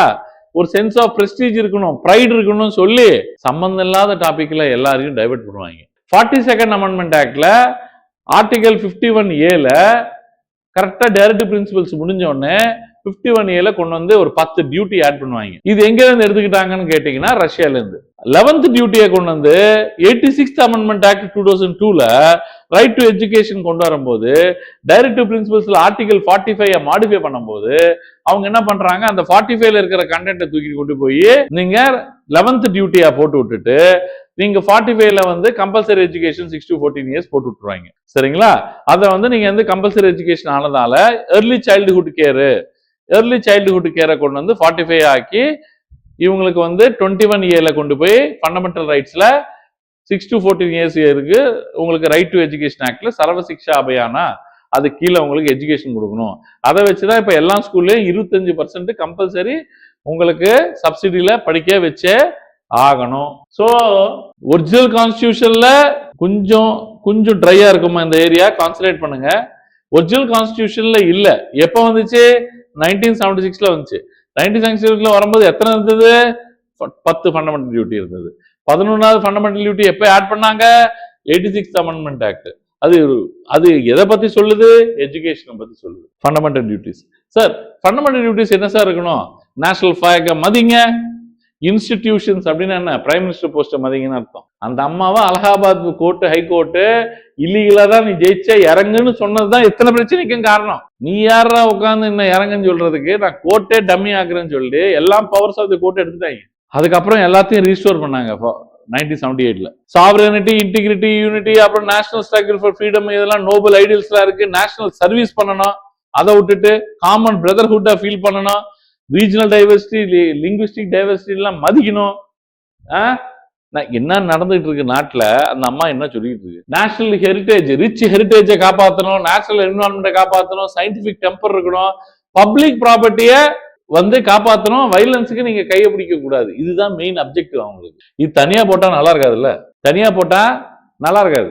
அதனால டியூட்டிஸ்ன்னு சொல்லிட்டு ரஷ்யால ஒன்று டிவைட் பண்ணியிருக்கான். அந்த ரஷ்யால இருக்கிறது அப்படியே எடுத்து பண்ணணும். அதுக்கப்புறம் எக்ஸலன்ஸ் இன் ஆல் ஃபியர்ஸ், இதுதான் வந்து 86 அமெண்ட்மெண்ட் ஆக்ட் 6 and 14 yearsக்கு childhood care by the parent and guardian add பண்ணது 11th டியூட்டி. இதெல்லாம் வந்து ரொம்ப லைட் பண்ணியிருந்தா ஃபண்டமெண்டல் டியூட்டிஸை வச்சு நீங்க கோர்ட்டுக்கு போக முடியாது. இதெல்லாம் உங்களுக்கு தெரிய வேண்டிய டியூட்டிஸ், அவ்வளவுதான், பெருசாலாம் ஒன்றும் இருக்காது. இப்போ directive principles, importance of directive principles மட்டும் காப்பி பண்ணுங்க. Directive principles of state policy எதுக்கு வைக்கணும்? Directive principles of state policy எதுக்கு சார் வைக்கணும் அப்படின்னு வந்து விருப்பப்பட்டாங்கன்னா, புதுசா நம்மளுக்கு வந்து இண்டிபெண்டன்ஸ் வருது, நம்ம வந்து லா மேக்கர்ஸா இருந்ததே இல்லை. நம்ம கடைசியா வந்து 39 மாசம் தான் நம்ம வந்து 1937லேருந்து 1939 வரைக்கும் ஒரு 39 months தான் நம்ம ப்ராவின்ஷியல் லெவல்ல ரூல் பண்ணியிருக்கோம். இந்தியா லெவல்ல ஒரு நேஷன் நம்ம வந்து லீட் பண்ணதில்லை, இவ்வளோ டைவர்சிஃபைட் நேஷனை வந்து நம்ம லீட் பண்ணதில்லை. அதனால directive principles of state policy வச்சாதான் it will be a guide, it will be a instruction to the law makers of the country. So நம்ம வந்து காலங்காலமா நம்ம வந்து லா படிச்சு காலங்காலமா கான்ஸ்டிடியூஷன் எழுதிக்கிட்டே இருந்தா நம்மளுக்கு இந்த மாதிரி கைடிங் பிரின்சிபல்ஸே தேவையில்ல. பொலிட்டீஷியன்ஸ் வருவாங்க, டிஃப்ரெண்ட் ஸ்டேட்ஸ்ல சீஃப் மினிஸ்டர்ஸ் வருவாங்க, டிஃப்ரெண்ட் பிரைம் மினிஸ்டர்ஸ் வருவாங்க, இவங்க எல்லாருக்குமே லா பத்தி நாலேஜ் இருக்கணும்னு அவசியம் இல்லை. எந்தெந்த சட்டங்கள் கொண்டு வந்தா அந்த நாடு உருப்படும், நல்லா வெல்ஃபேர் ஸ்டேட்னு பேர் வாங்கும், சோசியலிஸ்டிக் ஸ்டேட்னு பேர் வாங்கும், காந்தியன் பிரின்சிபல்ஸ் இம்ப்ளிமெண்ட் பண்ற மாதிரி ஒரு ஸ்டேட் வந்து இம்ப்ளிமெண்ட் பண்ணும், ஹார்மனி வந்து விரும்புற மாதிரி எப்படி இருக்கும் அந்த ஸ்டேட்டு, சரிங்களா? சோ இந்த மாதிரி லிபரல் பிரின்சிபல்ஸ் லைக் ஓப்பன் மைண்டடான பாலிசிஸ் எப்படி கொண்டு வர்றது, சட்டங்கள் கொண்டு வர்றது, எல்லாருக்கும் வந்து ஒரு பிரதர்ஹுட் ஃபீலிங் வர மாதிரி, ஒரு பக்கம் மக்களையும் காப்பாத்துற மாதிரி, ஒரு பக்கம் என்விரான்மெண்ட்டும் காப்பாத்துற மாதிரி, ஒரு பக்கம் பொறாமை, jealousy, concentration of wealth in few hands, அதே மாதிரி ஈக்குவல் பே, ஈக்குவல் ஒர்க்கு, புரியுதுங்களா? வேஜஸ், எல்லா இடத்துலையும் அந்த சோசியலிஸ்டிக் பிரின்சிபல்ஸ், எல்லா பிரின்சிபல்ஸும் இன்கல்கேட் பண்ணி ஒரு நாடை உருவாக்கணும்ன்ற ஒரு உத்தேசத்துல தான் டைரக்டிவ் பிரின்சிபல்ஸ் கொண்டு வந்தாங்க. ஆனா இந்த டைரக்டிவ் பிரின்சிபல்ஸை பத்தி நான் ஆல்ரெடி ஃபண்டமெண்டல் ரைட்ஸ் அப்போ சொன்னேன். ஒரே ஒரு பிரின்சிபல் மட்டும் 39 clause B and C, if it is coming in conflict with fundamental rights ஓட சண்டை வந்தா 39 B and C தான் அப்பர் ஹேண்ட் இருக்கும் அப்படின்னு சொன்னாங்க. எதுக்குன்னா ஒரு சோசியலிஸ்டிக் பிரின்சிபல். அது எதுக்குன்னா monopoly, concentration of wealth in few hands, fair competition இருக்கிறதுக்காக. என்ன competition? Fair competition. Fair competition பிசினஸ்ல இருந்தாதான் பொறாமை, ஜெலசி எல்லாம் வராது, சர்வாதிகாரம் வராது. இப்போ பிரிட்டிஷ்காரன் கையில ஃபுல் பவர் இருக்கிறதுனாலதான் சர்வாதிகாரத்தை வந்து நம்ம மேல செலுத்தலாம். கொலனியல் மென்டாலிட்டி வந்துச்சு. இப்போ கூட இது நியோ காலனியலிசம்னு வாங்குது. எத? பிசினஸ் மேன் கிட்ட எல்லாம் பவரையும் கொடுத்துட்டு ஒரே ஒரு பிசினஸ் மேன் டோட்டல் கண்ட்ரியை படைச்சான்னு வச்சுக்கோங்களேன். நாளைக்கு அவன் சொல்றதுதான் பிரைம் மினிஸ்டர், அவன் சொல்றதுதான் சீஃப் மினிஸ்டர், அவன் சொல்றதுதான் பாலிசி, அவன் பாஸ் பண்றதுதான் பட்ஜெட் இன்டைரக்டா. சோ ஒருத்தரோட ஒரு பிசினஸ் மேன் வந்து கையில வந்து நம்ம பவரை எப்பவுமே கொடுத்துடக்கூடாது. ஒரு ஃபியூ பிசினஸ் மேனோட கையில இந்தியா ஃபுல்லா கையில இருந்துடக்கூடாது. இருந்தாலே அது சர்வாதிகாரத்துக்கு வழி கொடுக்கும். எக்கனாமிக் காலனியலிசம்னு சொல்லுவாங்க. அதை புரியுதுங்களா? கிட்டத்தட்ட நியோ காலனியலிசம் மாதிரி புதுசா ஒரு புதுவிதமான ஒரு சர்வாதிகாரத்தை செலுத்துற மாதிரி ஆயிரும். So distribution of materials evenly, எல்லா கூட்ஸ் அண்ட் சர்வீசஸ் எல்லாமே ஈவனா கொடுக்கணும். எல்லாருக்கும் எல்லா பொருளும் போய் சேரணும். அதை வச்சுதான் நம்ம PDS, minimum support price, procurement price, issue price, இது எல்லாமே பேசுறதெல்லாம் அதை வச்சுதான். அப்புறம் competition act 2002, competition commission of India, இவங்களோட வேலை என்னன்னா டக்குன்னு ஒரு கம்பெனிக்காரன் 4 கம்பெனியை வாங்குறான்னு வச்சுக்கோங்களேன், ப்ராப்பரா தான் வாங்குறானா, நல்லதுக்காக வாங்குறானா, இல்ல சர்வாதிகாரத்தை செலுத்துறதுக்காக வாங்குறானான்றது செக் பண்ண வேண்டியது யாரோட வேலை? அந்த காம்படிஷன் கமிஷன் ஆஃப் இந்தியாவோட வேலை. புரியுதுங்களா உங்களுக்கு? அப்பனா ஒரு சில பேர் கையில போயிட்டு மொத்தம் பணமும் அடங்கி இருந்து மொத்தம் பிசினஸும் அடங்கி இருக்க கூடாது. இப்ப ஜியோ, ஏர்டெல், வோடாஃபோன் இதெல்லாம் இருக்கிறதுனால உங்களுக்கு வந்து யாராவது ஒருத்தங்க விலை ஏத்தும் போது யோசிப்பாங்க. நீங்க ஜியோ கிட்ட மொத்தமா கொடுத்து பாருங்க, அவன் வைக்கிறது தான் விலை. சோ நீ வந்து நான் பிசினஸ் பண்ணலாம், right to do any business அப்படின்றது 19 ஆர்டிகல் இருக்கு. Right to form any business, right to form association எங்க இருக்கு? ரைட் டு ஆர்டிகல் 19ல இருக்கு. Right to freedom of speech and எக்ஸ்பிரஷன்ல இருக்கு. அந்த ரைட் டு ஃபார்ம் பிசினஸ்ல எனக்கு இருக்கு, நான் எங்க வேணாலும் பிசினஸ் பண்ணலாம் அப்படின்னு சொல்லி அவன் போயிட்டு ரிட்டு போடக்கூடாது. நாளைக்கு என்னோட ஃபண்டமெண்டல் ரைட் பறிக்கப்பட்டிருக்குன்னு ரிலையன்ஸ் போயிட்டு என்ன பண்ணக்கூடாது? ரிட்டு போடக்கூடாது. அதுக்கு கரெக்டா எங்க செக்மெண்ட் வச்சான்? ஃபண்டமெண்டல் ரைட்ஸோட இந்த 39 பிஎன்சி என்ன சொன்ன? 39 பிஎன்சி என்ன சொன்ன? ஒரு சில பேருக்கு வந்து கான்சென்ட்ரேஷன் ஆகி சில பேரு சில வியாபாரத்தை மொனோபலிஸ்டிக்கா சர்வாதிகாரமா கொண்டு போகணும்னு நினைக்கிறாங்கன்னா அது கண்டிப்பாக அலோ பண்ணாது. அதுல நீ அடிப்படை உரிமை பறிக்கப்பட்டிருக்குன்னு நீ சொல்ல முடியாது. புரியுதுங்களா? இன்னொன்னு நல்லா கேட்டுக்கோங்க, ரைட் டு எஜுகேஷன் கொடுக்கணும். சரிங்களா? ரைட் டு எஜுகேஷன் கொடுக்கணும். எல்லாருக்கும் ரைட் இருக்கு. 21 அம்மா நான் வந்து படிக்கணும் அப்படின்னு சொல்லி நீ போறான். 6 to 14 இயர்ஸ்க்குள்ள நீங்க வந்து எஜுகேஷன் தரணும் அப்படின்னு சொல்லி இந்த மாதிரி தர்ற விஷயத்துல சில பிளேயர் மட்டும் தான் நான் ஒருத்தன் தான் ஸ்கூல் நடத்துவேன், ஆனா நான் வந்து எல்லாருக்கும் எஜுகேஷன் நான் ஃப்ரீயா தரேன், எல்லாருக்கும் பிள்ளைங்களுக்கும் 6 to 14 இயர்ஸ்க்குள்ள எஜுகேஷன் கம்பல்சரி, ஆனா நான் தான் அங்க ஸ்கூல்ஸ் வைப்பேன், நான் மட்டும்தான் அங்க பிசினஸ் பண்ணுவேன் அப்படின்றது நாங்க அந்த ஒரு 3 பேர் 4 பேர் சேர்ந்து இல்ல ஒருத்தரை சேர்ந்து வியாபாரம் பார்க்கறது நாட்டில். ஸோ எல்லாருமே ஃபேர் அண்ட் ஈக்குவலா பண்ணணும்.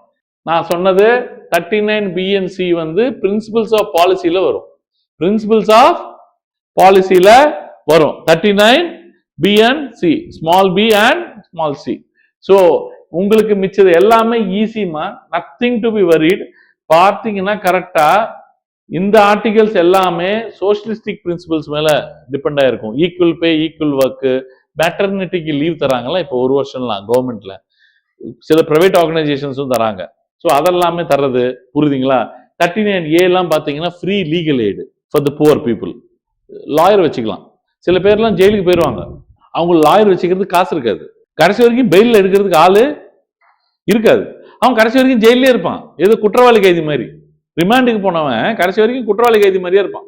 5 வருஷம் 6 வருஷம் வரைக்கும் பெயில் வாங்காதவன்லாம் இருக்கான். ஸோ என்னன்னா ஃப்ரீ லீகல் எய்டு இருக்குன்றது ஜட்ஜே சஜஸ்ட் பண்ணுவாரு, உங்களுக்கு லாயர் இருக்காரா, அரசு லாயரை வைக்கட்டுமான்னு.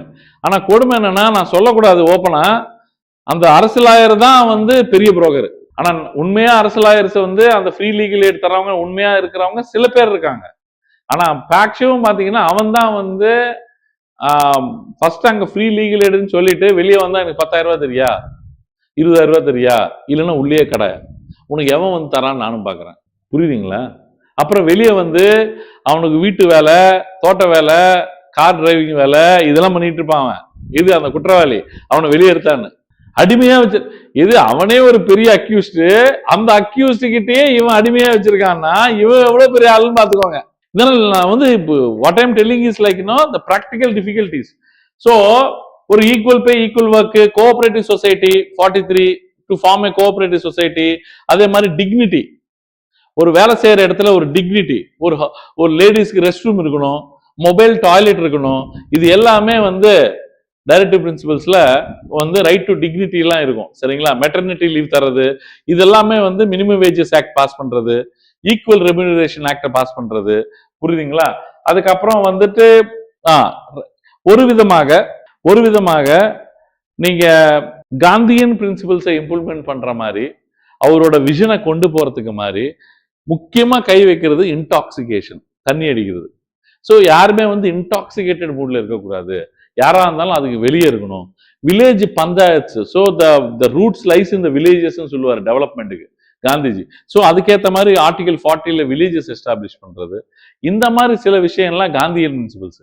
லிபரல் பிரின்சிபல்ஸ்ன்னு பாத்தீங்கன்னா, நம்ம வந்து இன்டர்நேஷனல் யுஎஸ் லைக் யுனைடெட் நேஷன்ஸ்க்கு பீஸ் கீப்பிங் ஃபோர்ஸஸ் இருக்கும். இப்ப டெமோக்ராட்டிக் ரிப்பப்ளிக் ஆஃப் காங்கோல சண்டை நடந்துகிட்டு இருக்கு, யாரு கையிலயும் கவர்மெண்ட் இல்லை.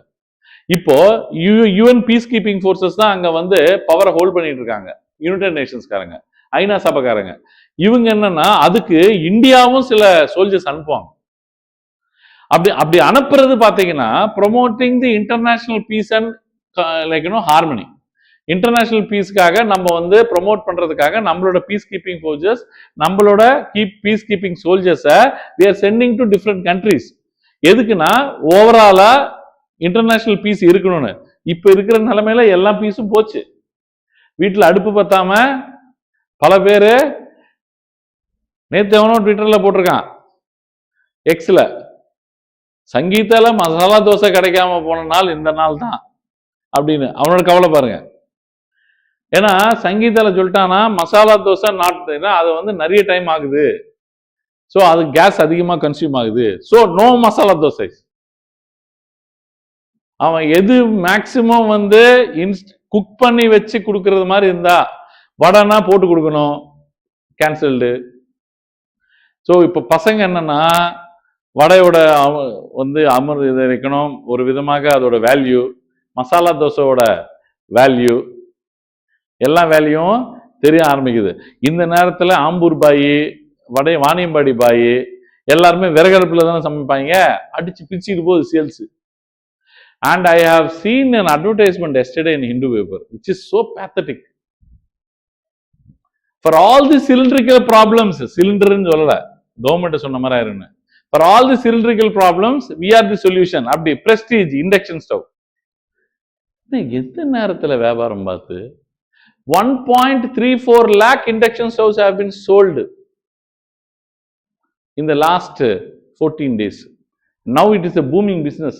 எப்படி ஸ்விக்கி, ஜொமேட்டோ, ராபிடோ இது எல்லாமே எப்படி வந்து எந்த நேரத்துல கரெக்டா கொரோனா நேரத்துல எப்படி அழகா மார்க்கெட்டை பிடிச்சாங்களோ, இவங்க என்னமா மார்க்கெட்டை பிடிச்சாங்க, ஓடிடி காரன் பிடிச்சா பாருங்க மார்க்கெட்டை. மொத்தமா உலக ரெவல்யூஷன் ஆயிருச்சு. ஓடிடி காரங்க உருப்பட்டாங்க. அடுத்தது பிசிக்ஸ் வாலான்னு ஒருத்தர் இருக்கான், சாதாரணமா உட்காந்துக்கிட்டு யூடியூப்ல சேனல் வச்சுக்கிட்டு ஏதோ 4 பாடம் சொல்லிட்டு இருந்த மனுஷன் இன்னைக்கு 39,000 கோடி அவரோட வர்த்து. ஹைலைட் என்னன்னா நெட்ஃபிளிக்ஸ்ல ஒரு படம் எடுத்துட்டு 5 எபிசோடு போட்டாங்க பிசிக்ஸ் வாலா மேல. அவரு வந்து பயோகிராஃபி அவர் மேல, அலக் பாண்டே மேல. இப்ப திரும்பி இறங்கிருச்சு. he came back to that 10,000 12,000 crores வந்துச்சு எல்லாமே. அந்த ஆன்லைன் பூம் வந்துச்சு பாத்தீங்களா, அந்த பூம்ல வந்து இந்த ஆன்லைன் மார்க்கெட்லாம் இன்க்ரீஸ் ஆகி யூபிஎஸ்சியே பல பேர் ட்ரை பண்றாங்க, இன்னும் ஆன்லைன் கிளாஸ் பண்ணிட்டு தான் இருக்காங்க. லைவ்ல உட்காந்தாலே நம்ம ஆளுங்க கஷ்டம், இதுல ஆன்லைன் கிளாஸ்னா சுத்தம். நாம வந்து என்னன்னு சொல்றது, அத நல்லா கவனிக்கமா. Making up the market, you should not use that ஆப்பர்ச்சுனிட்டின்னு சொல்றது intellectual liberal intellectual principles.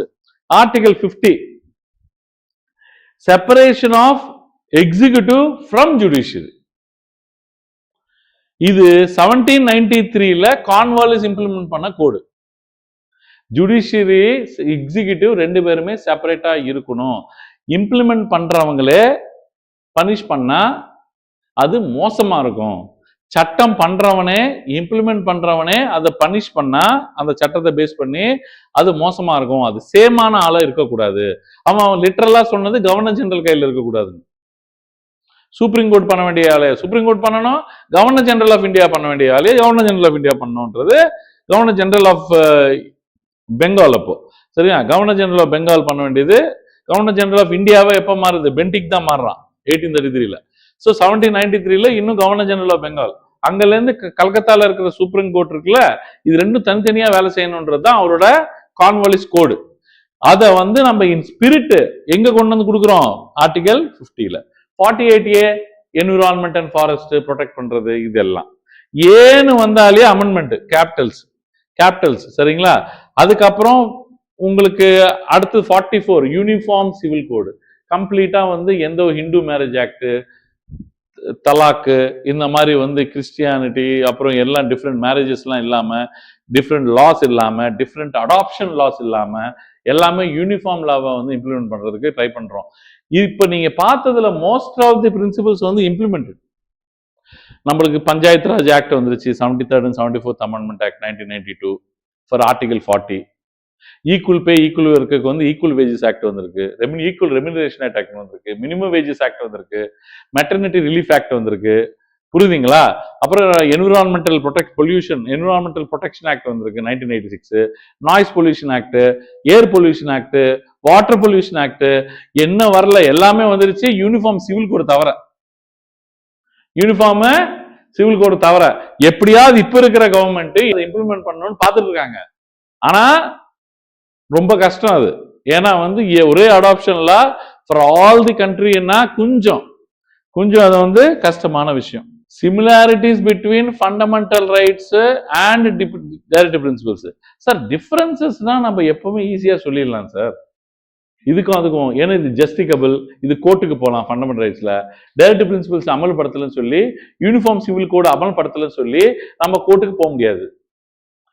Fundamental rights are for the citizens, directive principles are the instructions to the lawmakers of the country, guiding principles. ஆனா similarity என்ன sir சொல்லுவீங்க? Contrast தான் அதிகமா இருக்கும் sir.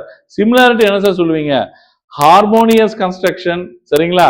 அதே மாதிரி நான் சொன்ன ஹார்மோனியஸ் கன்ஸ்ட்ரக்ஷன் 39 BNCக்கு பிரச்சனை வந்து அதெல்லாம் வரும்போது, அதுவும் ஒரு விதமாக ஜஸ்டிஸ் கிட்ட வரும்போது ஹார்மனிக்காக, பீஸ்க்காக சில வாட்டி நம்ம வந்து டைரக்டிவ் பிரின்சிபல்ஸை மேல் கையா வைப்போம். புரியுதுங்களா. ஃபண்டமெண்டல் ரைட்ஸ் தான் எப்பவுமே டாப்னு பேசிட்டு இருக்கோம், ஆனா டைரக்டிவ் பிரின்சிபல்ஸும் ஒரு இடத்துல டாப். அடுத்தது பாத்தீங்கன்னா rights given by the state to the people. ரெண்டுமே பீப்புள் கொடுக்குறோம். நல்ல மக்களுக்கு என்ன வந்து நல்லது நடக்க போதோ, ஸோ அதுதான் வந்து ஃபண்டமெண்டல் ரைட்ஸும் கொடுத்துருக்கோம், டைரக்டிவ் பிரின்சிபல்ஸ் ஆஃப் ஸ்டேட் பாலிசிஸும் கொடுத்துருக்கோம். இது எல்லாமே உங்களுக்கு வந்து எல்லா இடத்துலயும் நீங்க பார்த்து பண்ணிருப்பீங்க. ஆனா கிரிட்டிசிசம் பாத்தீங்கன்னா நாட் இன்ஃபோர்ஸபிள். எது? டிபிஎஸ்பி இல்லாஜிக்கலி அரேஞ்ச்டான்னா என்னன்னா, ஒரு சோஷியல் பிரின்சிபல் வந்திருக்கும், டக்குன்னு பார்த்தா ஒரு லிபரல் பிரின்சிபல் வரும், அதுக்கப்புறம் ஒரு காந்தியன் பிரின்சிபல் வரும். ஏதோ அவங்க ஒரு வரிசையா நினைச்சுக்கிட்டு அரேஞ்ச் பண்ணியிருக்காங்க. ஒரு ஃபண்டமெண்டல் ரைட்ஸ் அழகா இருக்கும், ஈக்குவாலிட்டி, புரியுதுங்களா. அப்புறம் freedom of expression and speech, அதுக்கப்புறம் ரிலீஜியஸ் ஃப்ரீடம், புரியுதுங்களா, எக்ஸ்பிரஷன், அதுக்கப்புறம் கல்ச்சரல் அண்ட் லிங்குவிஸ்டிக் ரைட்ஸ், அப்புறம் ரிட்ஸ் அப்படின்னு சொல்லி அழகா இருக்கும். இது அந்த அளவுக்கு சீக்வன்ஸா இருக்காது. Lack of clarity, reactionary in nature. அப்படின்னா என்ன அர்த்தம்னா, ஒரு இஷ்யூ வந்த அப்புறம் அந்த டைரக்டிவ் பிரின்சிபல்ஸ்க்கு உயிர் தர்றது. என்விரான்மெண்டல் ப்ராப்ளம்ஸ் வந்த அப்புறம் 1950லயே என்விரான்மெண்டல் ப்ரொடெக்ஷன் ஆக்ட் வந்திருந்தா தே ஆர் விஷனரின்னு சொல்லலாம். ஆனா 1986ல தான் வருது என்விரான்மெண்டல் ப்ரொடெக்ஷன் ஆக்ட். அப்படின்னா என்ன அர்த்தம்? They are reactionary. ஒரு இஷ்யூ வந்த அப்புறம் டைரக்டிவ் பிரின்சிபல்ஸ்க்கு உயிரை தராங்க தவிர, டைரக்டிவ் பிரின்சிபல்ஸ்ல இருக்கிறதுனால அதுக்கு உயிர் கொடுத்து அதை இம்ப்ளிமெண்ட் பண்ணல. பிரச்சனை வரும்போது அதே மாதிரி வைல்ட் லைஃப் வந்து ப்ரொடெக்ட் பண்ணணுன்றது 48A, கரெக்டா? 48A. அதுல வைல்ட் லைஃப் ப்ரொடெக்ஷன் ஆக்ட் எப்போ வருது? 1972ல வருது. ப்ராஜெக்ட் டைகர் எப்போ வருது? 1972ல வருது. ப்ராஜெக்ட் ரைனோ எப்போ வருது? அதுக்கப்புறம் தான் வருது. அப்படின்னா நான் என்ன சொல்ல வரேன், ப்ராஜெக்ட் ஹங்குல் இது எல்லாமே லேட்டர் ஆன் தான் வருது. ஆனா 1950லயே இந்த டைரக்டிவ் பிரின்சிபல் கொடுக்கப்பட்டிருக்கு 48, புரியுதுங்களா. ஆனா but it is not implemented in spirit, சரிங்களா. அப்புறம் இது எல்லாத்தையும் விட்டுருங்க, இதையும் விட்டுருங்க. இங்க வந்து relation with fundamental rights. Fundamental rights பெருசா, டிபிஎஸ்பி பெருசா? இது நம்ம ஆல்ரெடி பார்த்துட்டோம். பார்த்தாலும் ஒரே ஒரு சம்பகம் துரைராஜன் கேஸ்ல என்னமா சொல்லுது? டிபிஎஸ்பி வந்து ஃபண்டமெண்டல் ரைட்ஸோட, புரியுதுங்களா? சோ டிபிஎஸ்பி இம்ப்ளிமெண்ட் பண்றதுக்காக என்ன ஃபண்டமெண்டல் ரைட்ஸ் அமெண்ட்மெண்ட் பண்ணலாம்னு சொன்னாங்க. அடுத்தது கோலக்கநாத் கேஸ்ல என்ன சொன்னாங்க? அது எடுத்துட்டு ஃபண்டமெண்டல் ரைட்ஸ் தான் வந்து பெருசு, அது யாராலையும் ஒருத்தர கையை வைக்க முடியாது. டிபிஎஸ்பியை இம்ப்ளிமெண்ட் பண்றதுக்காக ஃபண்டமெண்டல் ரைட்ஸா மாத்தலாம்னு போட்டாங்க. எங்க? துரைராஜன் கேஸ்ல, சம்பகம் துரைராஜன் கேஸ்ல 1951 இண்டிபெண்டன்ஸ் வந்தோன்னே. 1967 கோலக்கநாத் கேஸ்ல என்ன ஆகுது? இது ஆல்ரெடி நான் எக்ஸ்பிளைன் பண்ணிட்டேன், திரும்பி சொல்றேன். என்ன சொல்றான்? இல்ல ஃபண்டமெண்டல் ரைட்ஸை யாராலையும் அப்ரீச் பண்ண முடியாது, மாத்த முடியாது, யாருக்காகவோ இவனுக்கு இடம் கொடுக்க முடியாது அப்படின்னு. ஏன்னா இந்திரா காந்தி கவர்மெண்ட் வந்துருச்சு 1966. புரியுதுங்களா? அவங்க வந்தாலே ஒரு மாதிரியா தான் போவாது. புரியுதுங்களா? அடுத்தது கேசவானந்த பாரதி கேஸ்ல என்ன சொன்னாங்க?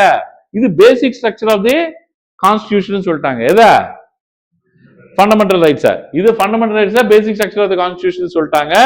ஆனா protection with respect to 14 and 19 will remain. அப்படின்னு என்ன அர்த்தம்? Right to equality, right to freedom of speech and expression எப்பவுமே அதுக்கு ப்ரொடெக்ஷன் எப்பவுமே இருக்கும். ஏன்னா அது basic structure. Minerva Mills case, harmonious construction between fundamental right. இப்போ வந்து சண்டை இல்ல, அதுதான் சிமிலாரிட்டி. ஃபண்டமெண்டல் ரைட்ஸும் இப்ப பெரிய ஆள் இல்ல, டைரக்டிவ் பிரின்சிபல்ஸும் இப்ப பெரிய ஆள் இல்ல. ஆனா ரெண்டு பேருமே ஹார்மோனியில வேலை செய்யணும், ரெண்டு பேரும் பீஸ்ஃபுல்லா வேலை செய்யணும். இவனையும் அவனையும் இம்ப்ளிமெண்ட் பண்ணும்போது அங்க இருக்கிற சிச்சுவேஷனுக்கு ஏற்ற மாதிரி தான் முடிவு பண்ணணும் தவிர, இவனுக்காக அவனை மாத்தணும், அவனுக்காக இவன் மாத்தணும், இவன் பெரிய ஆளு இவன் சின்ன ஆளு அப்படின்னு சண்டை போடக்கூடாதுன்னு சொல்றது மினர்வா மில்ஸ் கேஸ் 1980. அது ஆனாலும் நல்லா நான் வச்சுக்கோங்க, 25th அமெண்ட்மெண்ட் ஆக்ட் 1971 பிரகாரம் 39 BNCல பிரச்சனை வந்துச்சு அப்படின்னா யார் பெரிய ஆளு? டிபிஎஸ்பி தான் பெரிய ஆளு. ஃபண்டமெண்டல் ரைட்ஸை அப்ரீச் பண்ணலாம். ஏன்னா சோசியலிசம் இம்ப்ளிமெண்ட் பண்றது, மொனோபலியை டிமாலிஷ் பண்றது.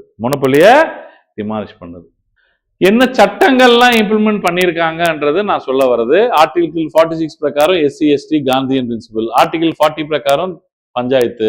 புரியுதுங்களா? இதுல வந்துட்டு ஓல்டேஜ் பீப்புளுக்கு pension scheme, Indira Gandhi national old age pension scheme, இதெல்லாம் எது வச்சு தராங்கன்னா ஆர்டிகிள் 41 வச்சு. Article 46 weaker section of society, அதுதான் உங்களுக்கு வந்து SCs STs ஆக்ஷன் எவ்ரிதிங். அப்புறம் இது வந்து பப்ளிக் அசிஸ்டன்ஸ் எல்லாருக்குமே, டிசேபிள் பீப்புளுக்கு எல்லாம் தரது, டிசேபிள் பீப்புளுக்கு பென்ஷன் கொடுக்கறது எல்லாமே உங்களுக்கு 41லயே வந்துடும். 39F இல்ல 45 இது ரைட் டு எஜுகேஷன் கொடுக்கறது, 86th அமெண்ட்மெண்ட் ஆக்ட். இந்த ஸ்ட்ரக்சர் மட்டும் காப்பி பண்ணிக்கோங்க, ஆல்ரெடி நான் கொடுத்துட்டது. இது என்னன்னா ஃபண்டமெண்டல் ரைட்ஸ் பெரிய ஆளா டிபிஎஸ்பி பெரிய ஆளா அப்படின்னு சண்டை போடும்போது, சார் ஒருத்தர் வந்து மாத்தலாம்னு சொன்னாங்க சார், அடுத்த ஆளு இல்ல சார் ஃபண்டமெண்டல் ரைட்ஸ் தான் பெருசுன்னு சொன்னாங்க சார். கடைசியில பஞ்சாயத்து முடிஞ்சு ரெண்டு பேரும் சேர்ந்து ஹார்மனியில வேலை செய்யுங்க, பீஸ்ஃபுல்லா வேலை செய்யுங்க, மக்களுக்கு எதுன்னு வேணுமோ அதுக்கு பார்த்து வேலை செய்யுங்க, நீ பெரிய ஆளா நான் பெரிய ஆளான்னு சண்டை மட்டும் போடாதீங்கன்னு மினர்வா மில்ஸ் கேஸ் 1980ல முடிக்கிறாங்க அந்த பஞ்சாயத்து. எல்லா கேஸும் நீங்க மறந்துட்டாலும் ஓகேப்பா, கோலக்கநாத் கேஸ மறக்க கூடாது, ஃபண்டமெண்டல் ரைட்ஸை மாற்றவே முடியாதுன்னு சொன்னது. 25th அமெண்ட்மெண்ட் ஆக்டை மறக்க கூடாது, 31C தான் இருக்கும். 39 BNCயோட சண்டை போடும் போது கண்டிப்பாக ஃபண்டமெண்டல் ரைட்ஸ்ல கை வைக்கலாம் அப்படின்ற விஷயம் 31C ஃபண்டமெண்டல் ரைட்ஸ்ல இருக்கும், கேபிட்டல் C. அதை இன்செர்ட் பண்ணது எப்போ? 1971 25th அமெண்ட்மெண்ட். அவன் தான் சொல்றான் 39 ஸ்மால் b 39 ஸ்மால் c ஓட கான்ட்ராஸ்ட்ல எது இருந்தாலும் ஃபண்டமெண்டல் ரைட்ஸே இருந்தாலும் மாத்தலாம். கேசவானந்த பாரதி கேஸ் என்ன சொல்றான்? 31 கேஸ் அதுல வந்து 2 கிளாஸ் இருந்தது, அது ஒண்ணு எடுத்துட்டு கிளாஸ் 1 மட்டும் வேலிட்ன்றான். அந்த கிளாஸ் 1 தான் அந்த 39B சண்டை போடுது. அதுக்கப்புறம் பேசிக் ஸ்ட்ரக்சர்ன்றான். 42nd அமெண்ட்மெண்ட் ஆக்ட் ரொம்ப வைடன் பண்ணி எதை 31C directive principles of state policy 39BCக்கு பிரச்சனையே வராத மாதிரி பண்ணிட்டாங்க. எப்போ? 42nd amendment act. Minerva mills கேஸ்ல இந்த டிபிஎஸ்சிக்கும் ஃபண்டமெண்டல் ரைட்ஸ்க்கும் நடந்த சண்டை போதும், இனிமேல் சண்டை போட வேணாம். மக்களுக்கு எது நல்லமோ இது ரெண்டு பேருமே வந்து ரெண்டு சட்டம் ரெண்டுமே கொண்டு வந்தது கான்ஸ்டியூஷன்ல ஒரு நோக்கத்தோட தான் கொண்டு வந்திருக்காங்க. என்ன நோக்கம்? நாங்க வந்து மக்களுக்கு நல்லது பண்றதுக்காக. அந்த வேலையை பாருங்கப்பா. சும்மா உட்காந்து நான் பெரியாளா நீ பெரியாளா, உன்னை மாத்த முடியாது என்ன மாத்த முடியாது, நீ ஜஸ்டிகபிள் நான் ஜஸ்டிகபிள், டிபிஎஸ்பி இம்ப்ளிமெண்ட் பண்ணலாம்னா கோர்ட்டுக்கு போக முடியாது. அதனால ஃபண்டமெண்டல் ரைட்ஸ் பெருசாயிராது. ஏன்னா ஃபண்டமெண்டல் ரைட்ஸ் பறிக்கப்பட்டா கோர்ட்டுக்கு போகலாம், டிபிஎஸ்பி பறிக்கப்பட்டா கோர்ட்டுக்கு போக முடியாது. அதனால டக்குன்னுலாம் நீ எல்லாம் பெரிய ஆளா இருக்க முடியாது. டிபிஎஸ்பியும் ஒரு நல்ல உத்தேசத்தோட தான் கிரியேட் பண்ணியிருக்காங்க. ஸோ டிபிஎஸ்பியில் இருக்கிற சில பொருளை இம்ப்ளிமெண்ட் பண்ணணும்னு நினைக்கிறாங்க. ஃபார் எக்ஸாம்பிள் யூனிஃபார்ம் சிவில் கோட இம்ப்ளிமெண்ட் பண்ணணும்னு நினைக்கிறாங்க. அது குட் ஸ்பிரிட்டோட குட் இன்டென்ஷனோட பண்றாங்க அப்படின்னா ஃபண்டமெண்டல் ரைட்ஸ் பறிக்கப்படுதா இல்லையா? ஆப்வியஸ்லி யூனிஃபார்ம் சிவில் கோட் வச்சா, சேம் அடாப்ஷன் லா வச்சா, சேம் மேரேஜ் லா வச்சா ஒத்துப்பாங்களா மக்கள்? ஃபண்டமெண்டல் ரைட்ஸ் அடி வாங்குதா இல்லையா? ரிலிஜியஸ் பிராக்டிசஸ் அடி வாங்குதா இல்லையா? அப்ப அவன் கண்டிப்பா ரிட் எடுத்துக்கிட்டு கோர்ட்டுக்கு போவானா போக மாட்டானா? போகும்போது டிபிஎஸ்பிக்கு இம்பார்ட்டன்ஸ் கொடுக்கணும், நல்லதுக்காக தான் பண்றோம்னு சொல்லி பண்ணலாம். அதான் இங்க சொல்ல வருது. மினர்வா மில்ஸ் கேஸ்ல சொல்ல வருது என்னன்னா, ஏதாவது ஒரு பிரச்சனை ஒரு நல்ல விஷயத்த பண்ணும்போது ஃபண்டமெண்டல் ரைட்ஸ் தடங்களா இருக்குன்றலாம், அந்த தடங்களை நீங்க பொறுத்துக்கிட்டு போறதுல தப்பு இல்லைன்றான். அதுக்காக தான் ஹார்மனில ஒர்க் பண்ணுன்றான். என்னது? they should work in harmony, in peace. கான்ஃப்ளிக்டே இருக்கக்கூடாது. சார் ஏன் சார் இந்த இடத்துல அழுத்துறீங்க? நீங்க ஏன் இவ்வளவு அழுத்துறீங்க? எனக்கு நல்லா தெரியுமா, ஃபண்டமெண்டல் ரைட்ஸ் புக்ல இருக்கு, டிபிஎஸ்பி புக்ல இருக்கு. அது ஒன்னு 38 என்ன சொல்லுது, 46 என்ன சொல்லுது, இந்த கர்மத்தை தான் நம்ம வந்து காலங்காலமா படிச்சுக்கிட்டு இருக்கோம். அது ஸ்ட்ரைட்டா கேட்க மாட்டான். அதான் பிரச்சனையே. அதுல இருக்கிற ஏன்னா டஃப் ஆகிட்டு இருக்கு. Day to day group 1 UPSC is becoming tough. Tough ஆகும்போது மெயின்ஸ் ரைட்டிங்லயும் சரி, ப்ரிலிம்ஸ்லயும் சரி, அதுல இருக்கிற யூனிக் ஃபீச்சர்ஸ், எக்ஸப்ஷனல் ஃபீச்சர்ஸ்ல தான் கொஸ்டின் அதிகமா கேட்க ஆரம்பிச்சிட்டாங்க. புரியுதுங்களா உங்களுக்கு? ஸோ அதுக்காக தான் நான் இவ்வளவு ஸ்ட்ரெஸ் பண்ணிட்டு இருக்கேன். நீங்க பாருங்க, article 14 equality, article 18 abolition of titles, இந்த கர்மத்தெல்லாம் நான் சொல்லவே மாட்டேன். அதான் it is available in the books. If you open it, abolition of untouchability article 17 புரிஞ்சுக்கிறதுல என்ன இருக்கிறதுல, தீண்டாமைத்தனத்தை ஒழிங்க அப்படின்னு. அது வீண்டமதத்தை உடைகிறது அது பெரிய விஷயமா? ஆனா அது பாயிண்ட் இல்லை. ஃபண்டமெண்டல் ரைட்ஸ்ல எத்தனை பிரச்சனைகள் இருக்கு, அது இன்னொருத்தவங்களோட ரிலேஷன்ஷிப் போகும்போது எப்படிலாம் ஹார்மனியை வந்து சூஸ் பண்றாங்க, இதுக்காக என்னென்னலாம் கேஸ் வந்திருக்கு, இதுதான் வந்து காப்பி பண்ணிட்டீங்களாமா? ஒரு விதமாக பார்லிமெண்ட்டுக்கு வந்துட்டோம். பார்லிமெண்ட் ஏன் சார் எடுத்தபடியே கரெக்டா பிடிச்சிட்டீங்க அப்படின்னா, கொஸ்டின் ஏரியா யூபிஎஸ்சியில ஒரு வருஷத்துல 6ல இருந்து 7 கொஸ்டின் இருக்கும். அதுல டிஎன்பிசி குரூப் 1ல 10ல இருந்து 12 கொஸ்டின் இருக்கும். ஃபுல்லா பார்லிமெண்ட் தான் அவன் கான்சன்ட்ரேஷன். ஏன்னா அவ்வளவு செக்மேட் இருக்கு, இதுல அவ்வளவு செக்மேட் இருக்கு, அவ்வளவு குழப்பங்கள் இருக்கு, கிளாரிட்டி இல்லாம இருக்கு. சோ சார், பார்லிமெண்ட் என்றால் என்ன? President plus Lok Sabha plus Rajya Sabha 3 பேரும் சேர்ந்தாதான் பார்லிமெண்ட். 2 ஹவுசஸ் பிளஸ் ஒரு இன்ஸ்டிடியூஷன். அந்த இன்ஸ்டிடியூஷன் பேர் என்ன? பிரசிடென்ட். சார் எதுக்கு சார் பிரசிடென்ட்டை உள்ள இன்க்ளூட் பண்றாங்க? நீ எந்த பில்ல பாஸ் பண்ணாலும், எந்த தீர்மானத்தை பாஸ் பண்ணாலும் அவரு கையெழுத்து போடாம அது என்ன ஆகாது? சட்டமாக மாறாது. சோ அவரோட கையெழுத்து வந்து ரொம்ப இம்பார்ட்டன்ட். அவர் ரப்பர் ஸ்டாம்ப்னு பேசலாம், செரிமோனியல் பர்பஸ் தான் இருக்காரு, அலங்காரத்துக்கு தான் இருக்காரு, நீங்க என்ன வேணா பேசுங்க. de jure authority, not de facto authority, real head, nominal head. நீங்க எப்படிலாம் போட்டு அவரை வந்து எப்படிலாம் அவமானப்படுத்த முடியுமோ நீங்க அவமானப்படுத்துங்க. ஏன்னா புக்ஸ்ல பிரசிடென்ட் அவமானப்படுத்துறதே ஒரு வேலையா வச்சே பாலிட்டி புக் எழுதுவாங்க. இன்டென்ஷனலா தான் இந்த மாதிரி பிரசிடென்ட்டை கிரியேட் பண்ணியிருக்காங்க. கண்டிப்பாக ஒரு இந்தியால ஒரு ஹெட் இல்லாம இருக்கக்கூடாது. கீழே பிரைம் மினிஸ்டர்ஷிப் எப்ப வேணா கழண்டி கீழே விழலாம், எப்ப வேணா ஊழலுக்கு போலாம், எப்ப வேணாலும். இப்ப பாருங்க, சீஃப் எலெக்ஷன் கமிஷனர் ரிமூவ் பண்ணணும்ன்றான். இப்படி போயிட்டு இருக்கு லோக்சபா. எப்ப வேணாலும் என்ன வேணாலும் ஆகலாம். இந்த நேரத்தில் பிரசிடென்ட் வந்து ஒரு கண்டினியூஸா ஒரு அத்தாரிட்டியில போயிட்டு இருக்கு. பிரைம் மினிஸ்டருக்கும் கவுன்சில் ஆஃப் மினிஸ்டர்ஸ்க்கும் கேரண்டி இல்ல. பட்ஜெட் பாஸ் ஆகல அப்படின்னா டக்குன்னு நோ கான்ஃபிடன்ஸ் மோஷன் வந்துடும். பிரைம் மினிஸ்டர் இறந்து போயிட்டாரு அப்படின்னா கம்ப்ளீட்டா COM will be dissolved, will be கலைக்கப்படும். பிரைம் மினிஸ்டர் இறந்தாலே ஹெட் இல்லைன்னா கம்ப்ளீட் 85 மினிஸ்டரும் டிசால்வ்டு. நீங்க திரும்பி போயிட்டு இன்னொரு வாட்டி நம்பிக்கை லெட்டரை எடுத்துட்டு போயிட்டு நீங்க பிரசிடென்ட் கிட்ட சமர்ப்பிக்கணும், நாங்க இவரை வந்து பிரசிடென்ட் பிரைம் மினிஸ்டர் ஆகணும்னு. புரியுதுங்களா உங்களுக்கு? சார் 2 பேரோட கான்ஸ்டிடியூஷன் என்ன சார்? இதெல்லாம் வந்து ரொம்ப டைம் ஸ்பெண்ட் பண்ண மாட்டோமா? நல்லா கவனிங்க சார். நான் இப்பதான் பாலிட்டி படிக்கிறேன் சார், இப்பதான் நான் பாலிட்டி பாக்குறேன் சார் அப்படின்னா ஒரு வாட்டி குடுன்னு சமச்சீர் கல்வி புக்கை பார்த்தாலும் சரி, எந்த ஒரு பேசிக் புக்கை பார்த்தாலும் சரி, அந்த புக்கை புரிஞ்சாலும் புரியலனாலும் டக்கு டக்கு டக்குன்னு ஒரு வாட்டி பார்த்துட்டு அதுக்கப்புறம் தான் இந்த வீடியோ பார்க்கணும். இதுல உட்காந்துக்கிட்டு இதுல 550, அந்த 550ல பாத்தீங்கன்னா 543 பேரு, அதுல 2 பேர் ஆங்கிலோ இந்தியன் இருந்தது. அந்த Anglo Indian 104th constitution amendment ஆக்ட்ல எடுத்துட்டாங்க. இப்ப 543 பேர் தான் இருக்காங்க. புரியுதுங்களா உங்களுக்கு? இதுல நாமினேட்டட் ஆளுங்க யாருமே இல்ல. இருந்த நாமினேட்டட் இருந்த ஆங்கிலோ இந்தியன்ஸ் ரிமூவ் பண்ணியாச்சு. எப்ப சார் ரிமூவ் பண்ணாங்க? இந்த மாதிரி விஷயங்கள் எல்லாமே வந்து ரொம்ப மைனர் டிஸ்கஷன்ஸ் எல்லாமே புக்ல அப்படியே சர்ன்னு அடிச்சிடணும். நீங்க இங்க வந்து பாத்தீங்கன்னா கொஸ்டின் ஏரியா, எங்க கொஸ்டின்ஸ் கேட்பாங்களோ அங்கதான் நான் கான்சன்ட்ரேட் பண்றேன். எது நீங்க கண்டிப்பா படிக்க மாட்டீங்களோ அங்கதான் நான் கான்சன்ட்ரேட் பண்றேன். அப்பதான் வந்து வர்த்தா இருக்கும். புரியுதுங்களா? புக்ல இருக்கிறதே திரும்பி நான் படிச்சேன்னா, அது திரும்பி பேச்சு காட்டினா ஒருத்தர் உட்கார மாட்டீங்க கிளாஸ்ல. இங்க வந்துட்டீங்கன்னா லோக்சபால 550 மெம்பர்ஸ் மேக்சிமம் இப்போதைக்கு ஃபீலிங் வச்சது. 2026ல டீலிமிட்டேஷன் ஆஃப் தி கான்ஸ்டிட்யூன்சிஸ்ல ஆக்சுவலி ரிவைஸ் பண்ணணும். வேணாம்னு சொல்லி திரும்பி தள்ளி வச்சிட்டாங்க. அது என்னன்னு பாத்துக்கலாம். 550 மெம்பர்ஸ்ல இப்ப எவ்வளவு பேர் இருக்கணும்னா 545 இருந்தாங்க லோக்சபால, பீப்புள்ஸ் ஹவுஸ். இங்கதான் நம்மளோட எம்பிஸ் வந்து நம்ம எலெக்ட் பண்ணி அனுப்புற எம்பிஸ் அங்க இருக்காங்க. இந்த 545ல 2 பேர் ஆங்கிலோ இந்தியன்ஸ் இருந்தாங்க. அவங்க 2 பேரும் nominated by the president on the recommendation of the prime minister, on the recommendation of the prime minister and council of ministers. இது என்னன்னா டிஸ்கண்டினியூ பண்ணிட்டாங்க 104th கான்ஸ்டிடியூஷனல் அமெண்ட்மெண்ட் ஆக்ட்ல. இது வந்து important question. 104th constitutional amendment ஆக்ட்ல இதை discontinue பண்ணிட்டாங்க. No more Anglo Indians.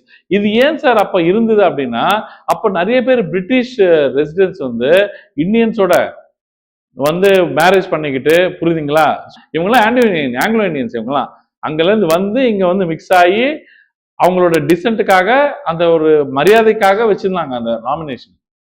இப்ப அது இரலவெண்ட். இப்ப ஆங்கிலோ இந்தியன்ற கான்செப்டே காணாம போயிருச்சு. எங்கேயோ தான் இருக்காங்க. ஏதோ ஆடுகள மாதிரி ஒரு படத்துல எங்கேயோ 1-2 வாட்டி பார்க்கலாம் தவிர வேற எங்கேயத்திலயும் நீங்க இப்போ வந்து ஆங்கிலோ இந்தியன்ஸ்ன்ற ஒரு கல்ச்சர். பெரம்பூர் பக்கம் போகணும், நாங்க இல்லைன்னா கில்பாக் கார்டன் ரோடு போனோம், அடையார் போனோம், தியோசாபிக்கல் சொசைட்டி பக்கத்துல போனோம். ஸோ அங்க போனாதான் எங்களுக்கு வந்து அந்த ஆங்கிலோ இந்தியன்ஸ் வந்து பக்காவா பார்க்கலாம். நான் ஆங்கிலோ இந்தியன் ஸ்கூல்ல தான் படித்தேன். ஸோ ஆங்கிலோ இந்தியன்ஸோட ரியல் ஒர்த் எங்களுக்கு தெரியும். ஆனா இதெல்லாம் வந்து 30-35 வருஷம் முன்னாடியே காணாம போயிடுச்சு. So they took over the அந்த வந்து ஆங்கிலோ இந்தியன்ஸ். அதே மாதிரி நம்மளுக்கு வந்து 235 தொகுதி இருந்தது, எம்எல்ஏ தொகுதி. எங்க? தமிழ்நாட்டுல. ஒரு ஆங்கிலோ இந்தியன் வந்து நாமினேட் பண்ணலாம். இங்க இருக்கிற கவர்னர் அவங்க என்ன பண்ணாங்க, இப்போ அந்த ஆங்கிலோ இந்தியனும் ரிமூவ் பண்ணியாச்சு. எந்த அமெண்ட்மெண்ட் ஆக்ட்ல? இதுல. ஸோ 2 பேர் லோக்சபால இருந்தாங்க, ஒரு ஆங்கிலோ இந்தியனும் ஒரு ஸ்டேட் அசம்பிளில இருந்தாங்க. உண்மையை சொல்லட்டுமா, அந்த டிசென்ட் இல்ல, அதெல்லாம் எல்லாம் பொய். இருக்கிற ஒரு 10 ஆங்கிலோ இந்தியனோ 20 ஆங்கிலோ இந்தியனோ நல்ல பணம் கொடுத்து வாங்க ஆரம்பிச்சிட்டாங்க அந்த எம்பி எம்எல்ஏ சீட்டை. அது காசு மாதிரி ஆயிடுச்சு. அது எதுக்காக இருக்குன்னா பிரஸ்டீஜுக்காகன்ற மாதிரி ஆயிடுச்சு. புரியுதுங்களா உங்களுக்கு? ஸோ அதனாலேயே இரலவெண்ட்னு சொல்லிட்டு ஃபர்ஸ்ட் தூக்கி விட்டாங்க. புரியுதுங்களா? So 530 members from the MPs from the directly from the states and 20 membersல யூனியன் டெரிட்டரிஸ் அண்ட் இதுல இருந்து இங்கில இருந்து வர்றவங்க ஒரு 20 members, மொத்தமா சேர்த்து 550. அதுல இப்ப எத்தனை பேர் இருக்காங்க? 543. ஆங்கிலோ இந்தியனை ரிமூவ் பண்ணியாச்சு.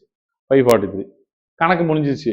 இங்க வரீங்க 229 plus 4 plus 12, 250 மெம்பர்ஸ்ல 229 are from the states MPs.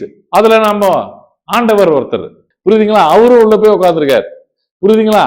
So வந்து 229ல அவர் இருக்கார். 4 யாரு? From the union territories. 4 வந்து from the union territories like Pondicherry and Delhi states இல்லையா, அதுல இருந்து வராங்க. பிளஸ் 12 யாரு? Salsa group, science, arts, literature, sports, இது எல்லாமே சால்சான்னு வச்சிருப்பேன் நான். புரியுதுங்களா? SAL SA. So sports, arts, literature, science இது எல்லாமே. ஸ்போர்ட்ஸ் வந்து கேட்டகரி இவருக்காகவே வச்சது. யாரு? சச்சின் டெண்டுல்கருக்காக ஸ்போர்ட்ஸ் கேட்டகரியே உள்ள கொண்டு வந்தாங்க வேணும்னு அவரை நாமினேட் பண்றதுக்கு. புரியுதுங்களா? சோ இந்த சால்சா குரூப் எல்லாம் வந்து இந்த 12 பேர். இந்த 12 பேர்ல தான் வந்து பாகுபலியோட ரைட்டர் அப்பா பிரசாத் வந்து எம்பி ஆனார். புரியுதுங்களா? சோ இந்த மாதிரி இன்ஃபோசிஸ் எம்பி ஆனது அதே நாமினேஷன்ல இருந்து. புரியுதுங்களா? இந்த சால்சா குரூப்ல இருந்து 12 பேர்ல இருந்து. இது யார் நாமினேட் பண்றா? President on the recommendation of PM and council of ministers. Rajya Sabha 229 plus 4 plus 12 245 தான் இருக்காங்க. மொத்தமா எவ்வளவு இருக்கலாம் மேக்ஸிமம் ஸ்ட்ரென்த்? 250. சரிங்களா? இதுல ஆங்கிலோ இந்தியன் என்ற கான்செப்ட் இதுல இல்ல. அது வரைக்கும் தான். சயின்ஸ், ஆர்ட்ஸ், லிட்டரேச்சர், சோஷியல் சர்வீஸ்ல தான் சுதாமூர்த்தி வராங்க. பிலாந்த்ரோபிஸ்ட் நிறைய உட்காந்து அவங்களோட ஃபவுண்டேஷன் இருக்குல்ல, ஸோ இன்ஃபோசிஸ் ஃபவுண்டேஷன் வழியாக நிறைய விஷயங்கள் பண்ணது. சார் ராஜ்யசபாக்கும் லோக்சபாக்கும் வித்தியாசங்கள் என்ன சார்? இது வந்து உங்களுக்கு ஃபேமஸ் தான். ஆனா எது எக்ஸெப்ஷன், எது வந்து கொஸ்டின் ஏரியா, எது எக்ஸெப்ஷன்? இந்த 552லாம் வந்து இல்ல 550 அண்ட் 25 இயர்ஸ் வந்து எம்பி ஆறதுக்காக. எது? லோக்சபா எம்பி. இது 30 இயர்ஸ் ஸ்டேட்மெண்ட் பேஸ்ட் கொஸ்டின்ஸ்ல வரும். ஸ்டேட்மெண்ட் பேஸ்ட் கொஸ்டின்ஸ்ல பர்டிகுலர்லி குரூப் 1ல வரும், இந்த மாதிரி யூபிஎஸ்சில வரும். சரிங்களா? எவ்ரி 5 இயர்ஸ் இங்க டிசல்யூஷன் நடக்கும். இது டிசால்வே பண்ண முடியாது, கண்டினியூஸ். ஒரு வாட்டி ஒருத்தர் எலெக்ட் ஆயிட்டாருன்னா மேக்சிமம் 6 வருஷம் வரைக்கும் உள்ள உட்காந்துருக்கலாம் எம்பியா. எவ்ரி 2 இயர்ஸ் வந்து 1/3 ரிட்டையர் ஆவாங்க. எவ்ரி 2 இயர்ஸ் வந்து 1/3 வந்து ரிட்டையர் ஆவாங்க ராஜ்யசபால இருந்து. ஆனா இங்க அப்படி இல்ல. 5 வருஷத்துக்கு ஒரு வாட்டி எலெக்ஷன் நடந்து கம்ப்ளீட்டா கிளம்பி போய் புதுசா வருவாங்க. புரியுதுங்களா? இதுல டைரக்ட், இது இன்டைரக்ட். அப்புறம் இது வந்து எம்எல்ஏஸ் வழியாக நாமினேட் ஆவாங்க. இவங்க எல்லாம் பாத்தீங்கன்னா டைரக்டா ஓட்டர்ஸ் வச்சு டைரக்ட் எலெக்ஷன்ஸ்ல வருவாங்க. இப்போ நோ கான்பிடன்ஸ் மோஷன் இதுல பாஸ் பண்ணலாம். ஆனா இங்க நோ கான்பிடன்ஸ் கான்செப்ட் என்ன டிசால்வே பண்ண முடியாது, கலைக்கவே முடியாது. இவங்க வந்து யூனிவர்சல் ஃபிராங்கேஸ், இவங்க வந்து proportional representation by means of single transferable vote. Proportional representation by means of single transferable vote. இதை வச்சுதான் நம்ம பிரசிடென்ட்டையும் நாமினேட் பண்றோம், இதை வச்சுதான் நம்ம வந்து வைஸ் பிரசிடென்ட்டையும் நாமினேட் பண்றோம், இதை வச்சுதான் நம்ம ராஜ்யசபா சீட்டையும் நம்ம டிசைட் பண்றோம். பிரசிடென்ட் அப்போ வந்து எம்எல்ஏஸ் அண்ட் எம்பிஸ் 2 பேருமே வந்து இன்வால்வ் ஆவாங்க. ஆனா வந்து ராஜ்யசபா சீட் அப்போ only MPs will be represented. புரியுதுங்களா? சோ ஒரு ஸ்டேட்ல இருந்தும் இத்தனை சில கொஸ்டின்லாம் கேட்டிருக்காங்க. சார் உத்தரப்பிரதேஷ்ல இருந்து மொத்தம் எத்தனை பேர் எம்பி சீட்டுக்கு ராஜ்யசபாக்கு அனுப்பலாம்? புரியுதுங்களா? சோ நீங்க வந்து தமிழ்நாட்டில இருந்து எத்தனை எம்பி சீட்டுக்கு எம்பிஸ் வந்து நீங்க ராஜ்யசபாக்கு அனுப்பலாம்? எத்தனை எம்எல்ஏக்கு எத்தனை எம்பி அனுப்பலாம்? ஒரு ஸ்டேட்ல இருந்தெல்லாம் ஒரு எம்பி தான் அனுப்ப முடியும். அவ்வளவு சின்னதா இருக்கு சிக்கிம் மாதிரி ஸ்டேட்லாம். புரியுதுங்களா? இதுல ஏதாவது தேவைன்னா காப்பி பண்ணிக்கோங்க. ஆனா வந்து மோஸ்ட் இம்பார்ட்டன்ட் திங் வந்து இந்த டாபிக் நான் இன்னும் எடுக்கல. இப்போ நான் உங்களுக்கு இன்னும் சொல்ல ஆரம்பிக்கல. சரிங்களா? Lok Sabha is headed by speaker and Rajya Sabha is headed by chairman the ex officio chairman வந்து எப்பவுமே வைஸ் பிரசிடென்ட். இதுல ஸ்பீக்கரும் இருப்பாரு, அதுல டெபுட்டி ஸ்பீக்கரும் இருப்பாரு. எங்க? லோக்சபால. இதுல சேர்மன் வந்து வைஸ் பிரசிடென்ட், டெபுட்டி சேர்மனும் இருப்பாங்க. அவங்களோட அப்பாயின்மெண்ட் ப்ரொசீஜர் வந்து ஸ்பீக்கர் டெபுட்டி ஸ்பீக்கர் சேம். இங்க டெபுட்டி சேர்மன் அங்க எப்படி நடக்குதோ அதே மாதிரி சேம். வைஸ் பிரசிடென்ட் மட்டும் நாமினேஷன் வேற மாதிரி, பிரசிடென்ட் எலெக்ஷன் மாதிரி நடக்கும். அது proportional representation by means of single transferable vote. Sir இப்போ இதுக்குள்ள நான் போறதை விட இது எதிர்ப்பா குவாலிஃபிகேஷன் எம்பி லோக்சபா எம்பிக்கு குவாலிஃபிகேஷன்ஸ் என்ன, ராஜ்யசபா எம்பியோட குவாலிஃபிகேஷன்ஸ் என்ன? உங்களுக்கு அது 25 வயசு இருக்கணும், 30 வயசு இருக்கணும், அது எல்லாமே நான் எக்ஸ்பிளைன் பண்ணிட்டேன். அதே மாதிரி டிஸ்குவாலிஃபை பண்ணப்படுவாங்க இந்த பாயிண்ட்ஸ்ல. என்னென்ன டிஸ்குவாலிஃபை? சார் ஏதோ ஒரு ஆஃபீஸ் ஆஃப் ப்ராஃபிட்ல நான் ஆல்ரெடி ஐஏஎஸ்ஆ இருக்கேன் சார், நான் போய் எம்எல்ஏவா சேர்றேன் சார். நான் ஆல்ரெடி ஐபிஎஸ்ஆ இருக்கேன் சார், நான் போய் எம்எல்ஏ சேர்றேன் சார். நான் ஒரு இடத்துல எம்எல்ஏவா இருக்கேன் சார், நான் இன்னொரு இடத்துல போய் எம்பியா சேர்றேன் சார். நீ ஒண்ணு அதை ரிசைன் பண்ணாதான் எம்பியா போக முடியும். So you should not hold any office of profit. Only written constitution தான் காப்பாத்துது. யாருமே சுப்ரீம் இல்லைங்க இந்தியாவில், மக்கள் தான் சுப்ரீம் ஆக்சுவலி. அதே மாதிரி இன்னொரு டிஸ்குவாலிஃபிகேஷன் 1985ல டிசைட் பண்றாங்க. 10th schedule. மொத்தம் 8 ஸ்கெட்யூல் இருந்தது during the time of independence. 9th schedule வந்து 1951ல கிரியேட் பண்றாங்க. ரீசன் நம்பர் 1, எல்லாம் ஜமீன்தாரி ஆக்டை அபாலிஷ் பண்ண உடனே எல்லாருக்கும் ப்ராப்பர்ட்டி போயிடுச்சுன்னு சொல்லிட்டு எல்லாரும் ரைட் டு ப்ராப்பர்ட்டி எடுத்துக்கிட்டு கோர்ட்டு கிளம்பிட்டாங்க. ஃபண்டமெண்டல் ரைட்டா இருந்தது அப்போ. அப்புறம் தான் யூனிவர்சல் ரைட்டா மாறுது. இது கான்ஸ்டியூஷனல் ரைட்டா மாறுது. அப்போ அது அந்த அபாலிஷன் ஜமீன்தாரி ஆக்ட் வேலை யாரு மேலேயும் கொஸ்டின் கேட்க முடியாதுன்னு சொல்லி போய் 9th ஷெட்யூல்ல போட்டாங்க. இப்போ தமிழ்நாடுல ரிசர்வேஷன் வந்து 69% கிடைக்குது. ஆக்சுவலி 50% மேல ரிசர்வேஷன் தரக்கூடாது. ஆனா ஜெயலலிதா என்ன பண்ணாங்க, மேடம் ஜெயலலிதா அதை கொண்டு போய் 1994ல 9th ஷெட்யூல்ல போட்டாங்க. அந்த அப்ப இருக்கிற இன்ஃபுளுன்ஸை யூஸ் பண்ணி. இப்போ அந்த கொஸ்டின் கேட்க முடியாதுன்னு. ஆனா 2006ல ஒரு ஜட்ஜ்மெண்ட் வந்துருச்சு. இப்போ அதுவும் ஜுடிஷியல் ரிவ்யூ தான். இப்போ actually everything under the sun is judicial review. அது மட்டும்தான் ஜுடிஷியல் ரிவ்யூ இல்லாம இருந்தது. இது 9th ஷெட்யூல், கேள்வியே கேட்க முடியாது. இப்போ கிரவுண்ட் ஆஃப் டிஃபெக்ஷன் வந்து அது 9th ஷெட்யூல், இது 10th ஷெட்யூல், இது 1985ல வருது. இது எதுக்கு வருது அப்படின்னு கேட்டீங்கன்னா, தாவுறது, ஒரு பார்ட்டியில ஜெயிச்சிடுறது, 2-3 பேரை கூட்டம் சேர்த்துக்கிறது, அந்த பார்ட்டிக்கு போக வேண்டியது. ஒரு வாட்டி தேங்காய் பத்த கையில இருக்கும், ஒரு வாட்டி இந்த தேங்காய் பத்து இந்த கையில இருக்கும், ஒரு வாட்டி பாதி கடிச்சு தூக்கி போட்டுருவான், திரும்பி பாதி அடிச்சு திரும்பி எடுத்துட்டு வருவான். இதெல்லாம் யார் பண்ணுவாங்க? கன்ஃபியூஸ்டு மைண்ட் தான் பண்ணுவாங்க. புரியுதுங்களா? இவங்கள தான் நீங்க ஃபேஸ் பண்ண போறீங்க பியூரோக்ராட்ஸ் நாளைக்கு.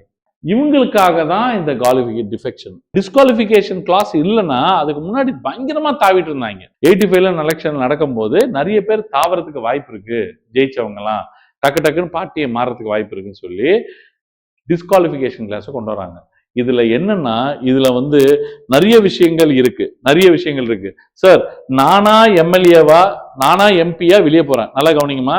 நானா எம்பியா ரிசைன் பண்ணிட்டு வெளியே போயிடுறேன், எம்கே எம்பி சீட் எனக்கு வேணாம் அப்படின்னு சொல்லிட்டு வேற பார்ட்டிக்கு போறேன், ஓகே அக்செப்டட், டிஸ்குவாலிஃபைட். இனிமே நீ எம்எல்ஏவா இல்லைன்னு நீனே ஒத்துக்கிட்ட. இன்னொன்னு பார்த்தேன்னா, சார் நீ வந்து பொலிட்டிக்கல் விப்புன்னு ஒருத்தன் இருப்பான். யாருன்னா அவை தலைவரா இருக்கிற ஒரு ஸ்பீக்கர். அதே அவையில ஒரு பார்ட்டிக்கு ஒரு தலைவர் இருப்பான். அவன் என்னன்னா யாருக்கு ஓட்டு போடுறான்னு பார்ப்பான். டிஎம்கேல இருந்துகிட்டு ஓட்டு போட்டான்னு வச்சுக்கோ, இவன் கண்டுபிடிச்சான்னு வச்சுக்கோ, டேய் நீங்க வந்ததே 8 பேரு, 8 பேர்ல 7 ஓட்டு தான் விழுந்துச்சு தலைவருக்கு, ஒரு ஓட்டு வந்து அந்த பக்கம் பார்ப்பான். டிஎம்கேல 10 பேர் வந்தாங்க, 11 ஓட்டு இருக்கு, யாரா அந்த கருப்பாடு கண்டுபிடிச்சிட்டு அந்த பொலிட்டிக்கல் பார்ட்டி விப் என்ன பண்ணுவான், உடனே ரிப்போர்ட் பண்ணிடுவான் பார்ட்டி பிரசிடென்ட். உடனே வந்து ஸ்பீக்கர் கிட்ட சொல்லி, சார் அவனை நீக்குங்கன்றாங்க. ஸ்பீக்கர் தான் நிப்பார். he will be disqualified as an MLA. ஒரு வாட்டி ஓட் பண்ணாலே காலி. ஆனா எங்க வந்து இது வராது அப்படின்னா, மோர் தென் 1/3 ஆஃப் தி மெம்பர்ஸ். சார் 100 பேர் இருக்கோம் சார், நாங்க 40 பேர் அந்த பக்கம் போறோம் சார், எல்லாரையும் டிஸ்குவாலிஃபை பண்ண முடியாது. ஏதோ ஒரு பார்ட்டியில பெரிய பிரச்சனை இருக்கிறதுனால தான் மாசா வந்து கிளம்புறாங்க அப்படின்றது விட்டுருவாங்க. டிஸ்குவாலிஃபிகேஷன் எப்போ பண்ண முடியாதுன்னு சொன்ன, மோர் தென் 1/3 அப்போ டிஸ்குவாலிஃபிகேஷன் பண்ண முடியாது. இந்த டாபிக் நான் ஏன் சார் எடுக்கிறேன்? இன்னொன்னு என்ன, last class 10th schedule ground of defection, anti defection law. Anti defection law பிரகாரம் என்ன, நான் எம்பியா ஜெயிச்சேன், இப்ப நான் அதை விட்டுட்டேன், போய் தொலை. நான் எம்பியா ஜெயிச்சேன், ஆனா ஆப்போசிட் பார்ட்டிக்கு ஓட்டு போட்டேன், அது விப்பு கண்டுபிடிச்சிட்டான், WHIP விப்பு கண்டுபிடிச்சிட்டான், தூக்கிட்டான்னா முடிஞ்சது, டிஸ்குவாலிஃபைட். 1/3 கிட்ட வந்து மாறுறாங்க அப்படின்னா ஏதோ ஒரு மேஜர் டிசிஷன், அதுல வந்து கை வைக்க மாட்டாங்க, மாறிக்கோங்கப்பா. ஏன்னா 40 பேரை டிஸ்குவாலிஃபை பண்ணா 40 பை எலெக்ஷன், திரும்பி எலெக்ஷன் நடத்துற மாதிரி ஆயிரும். நல்லா கவனிங்க, புரியுதுங்களா? 40 பை எலெக்ஷன் நடத்த முடியாது. அதனால எது மேஜர் பார்ட்டி டிசிஷன், அதனால கண்டிப்பாக மாறிக்கோங்க அப்படின்றாங்க. அடுத்தது 11th and 12th ஸ்கெட்யூல் உங்களுக்கு தெரியும். 73rd and 74th amendment act, மொத்தம் 12 ஸ்கெட்யூல் தான். வெக்கேட்டிங் ஆஃப் தி சீட்ஸ், அப்புறம் டிஸ்குவாலிஃபிகேஷனு, ரெசிக்னேஷன் கொடுக்கறது, இந்த மாதிரி விஷயங்கள் எல்லாமே நெக்ஸ்ட் கிளாஸ்ல பார்க்கலாம். தேங்க்யூ.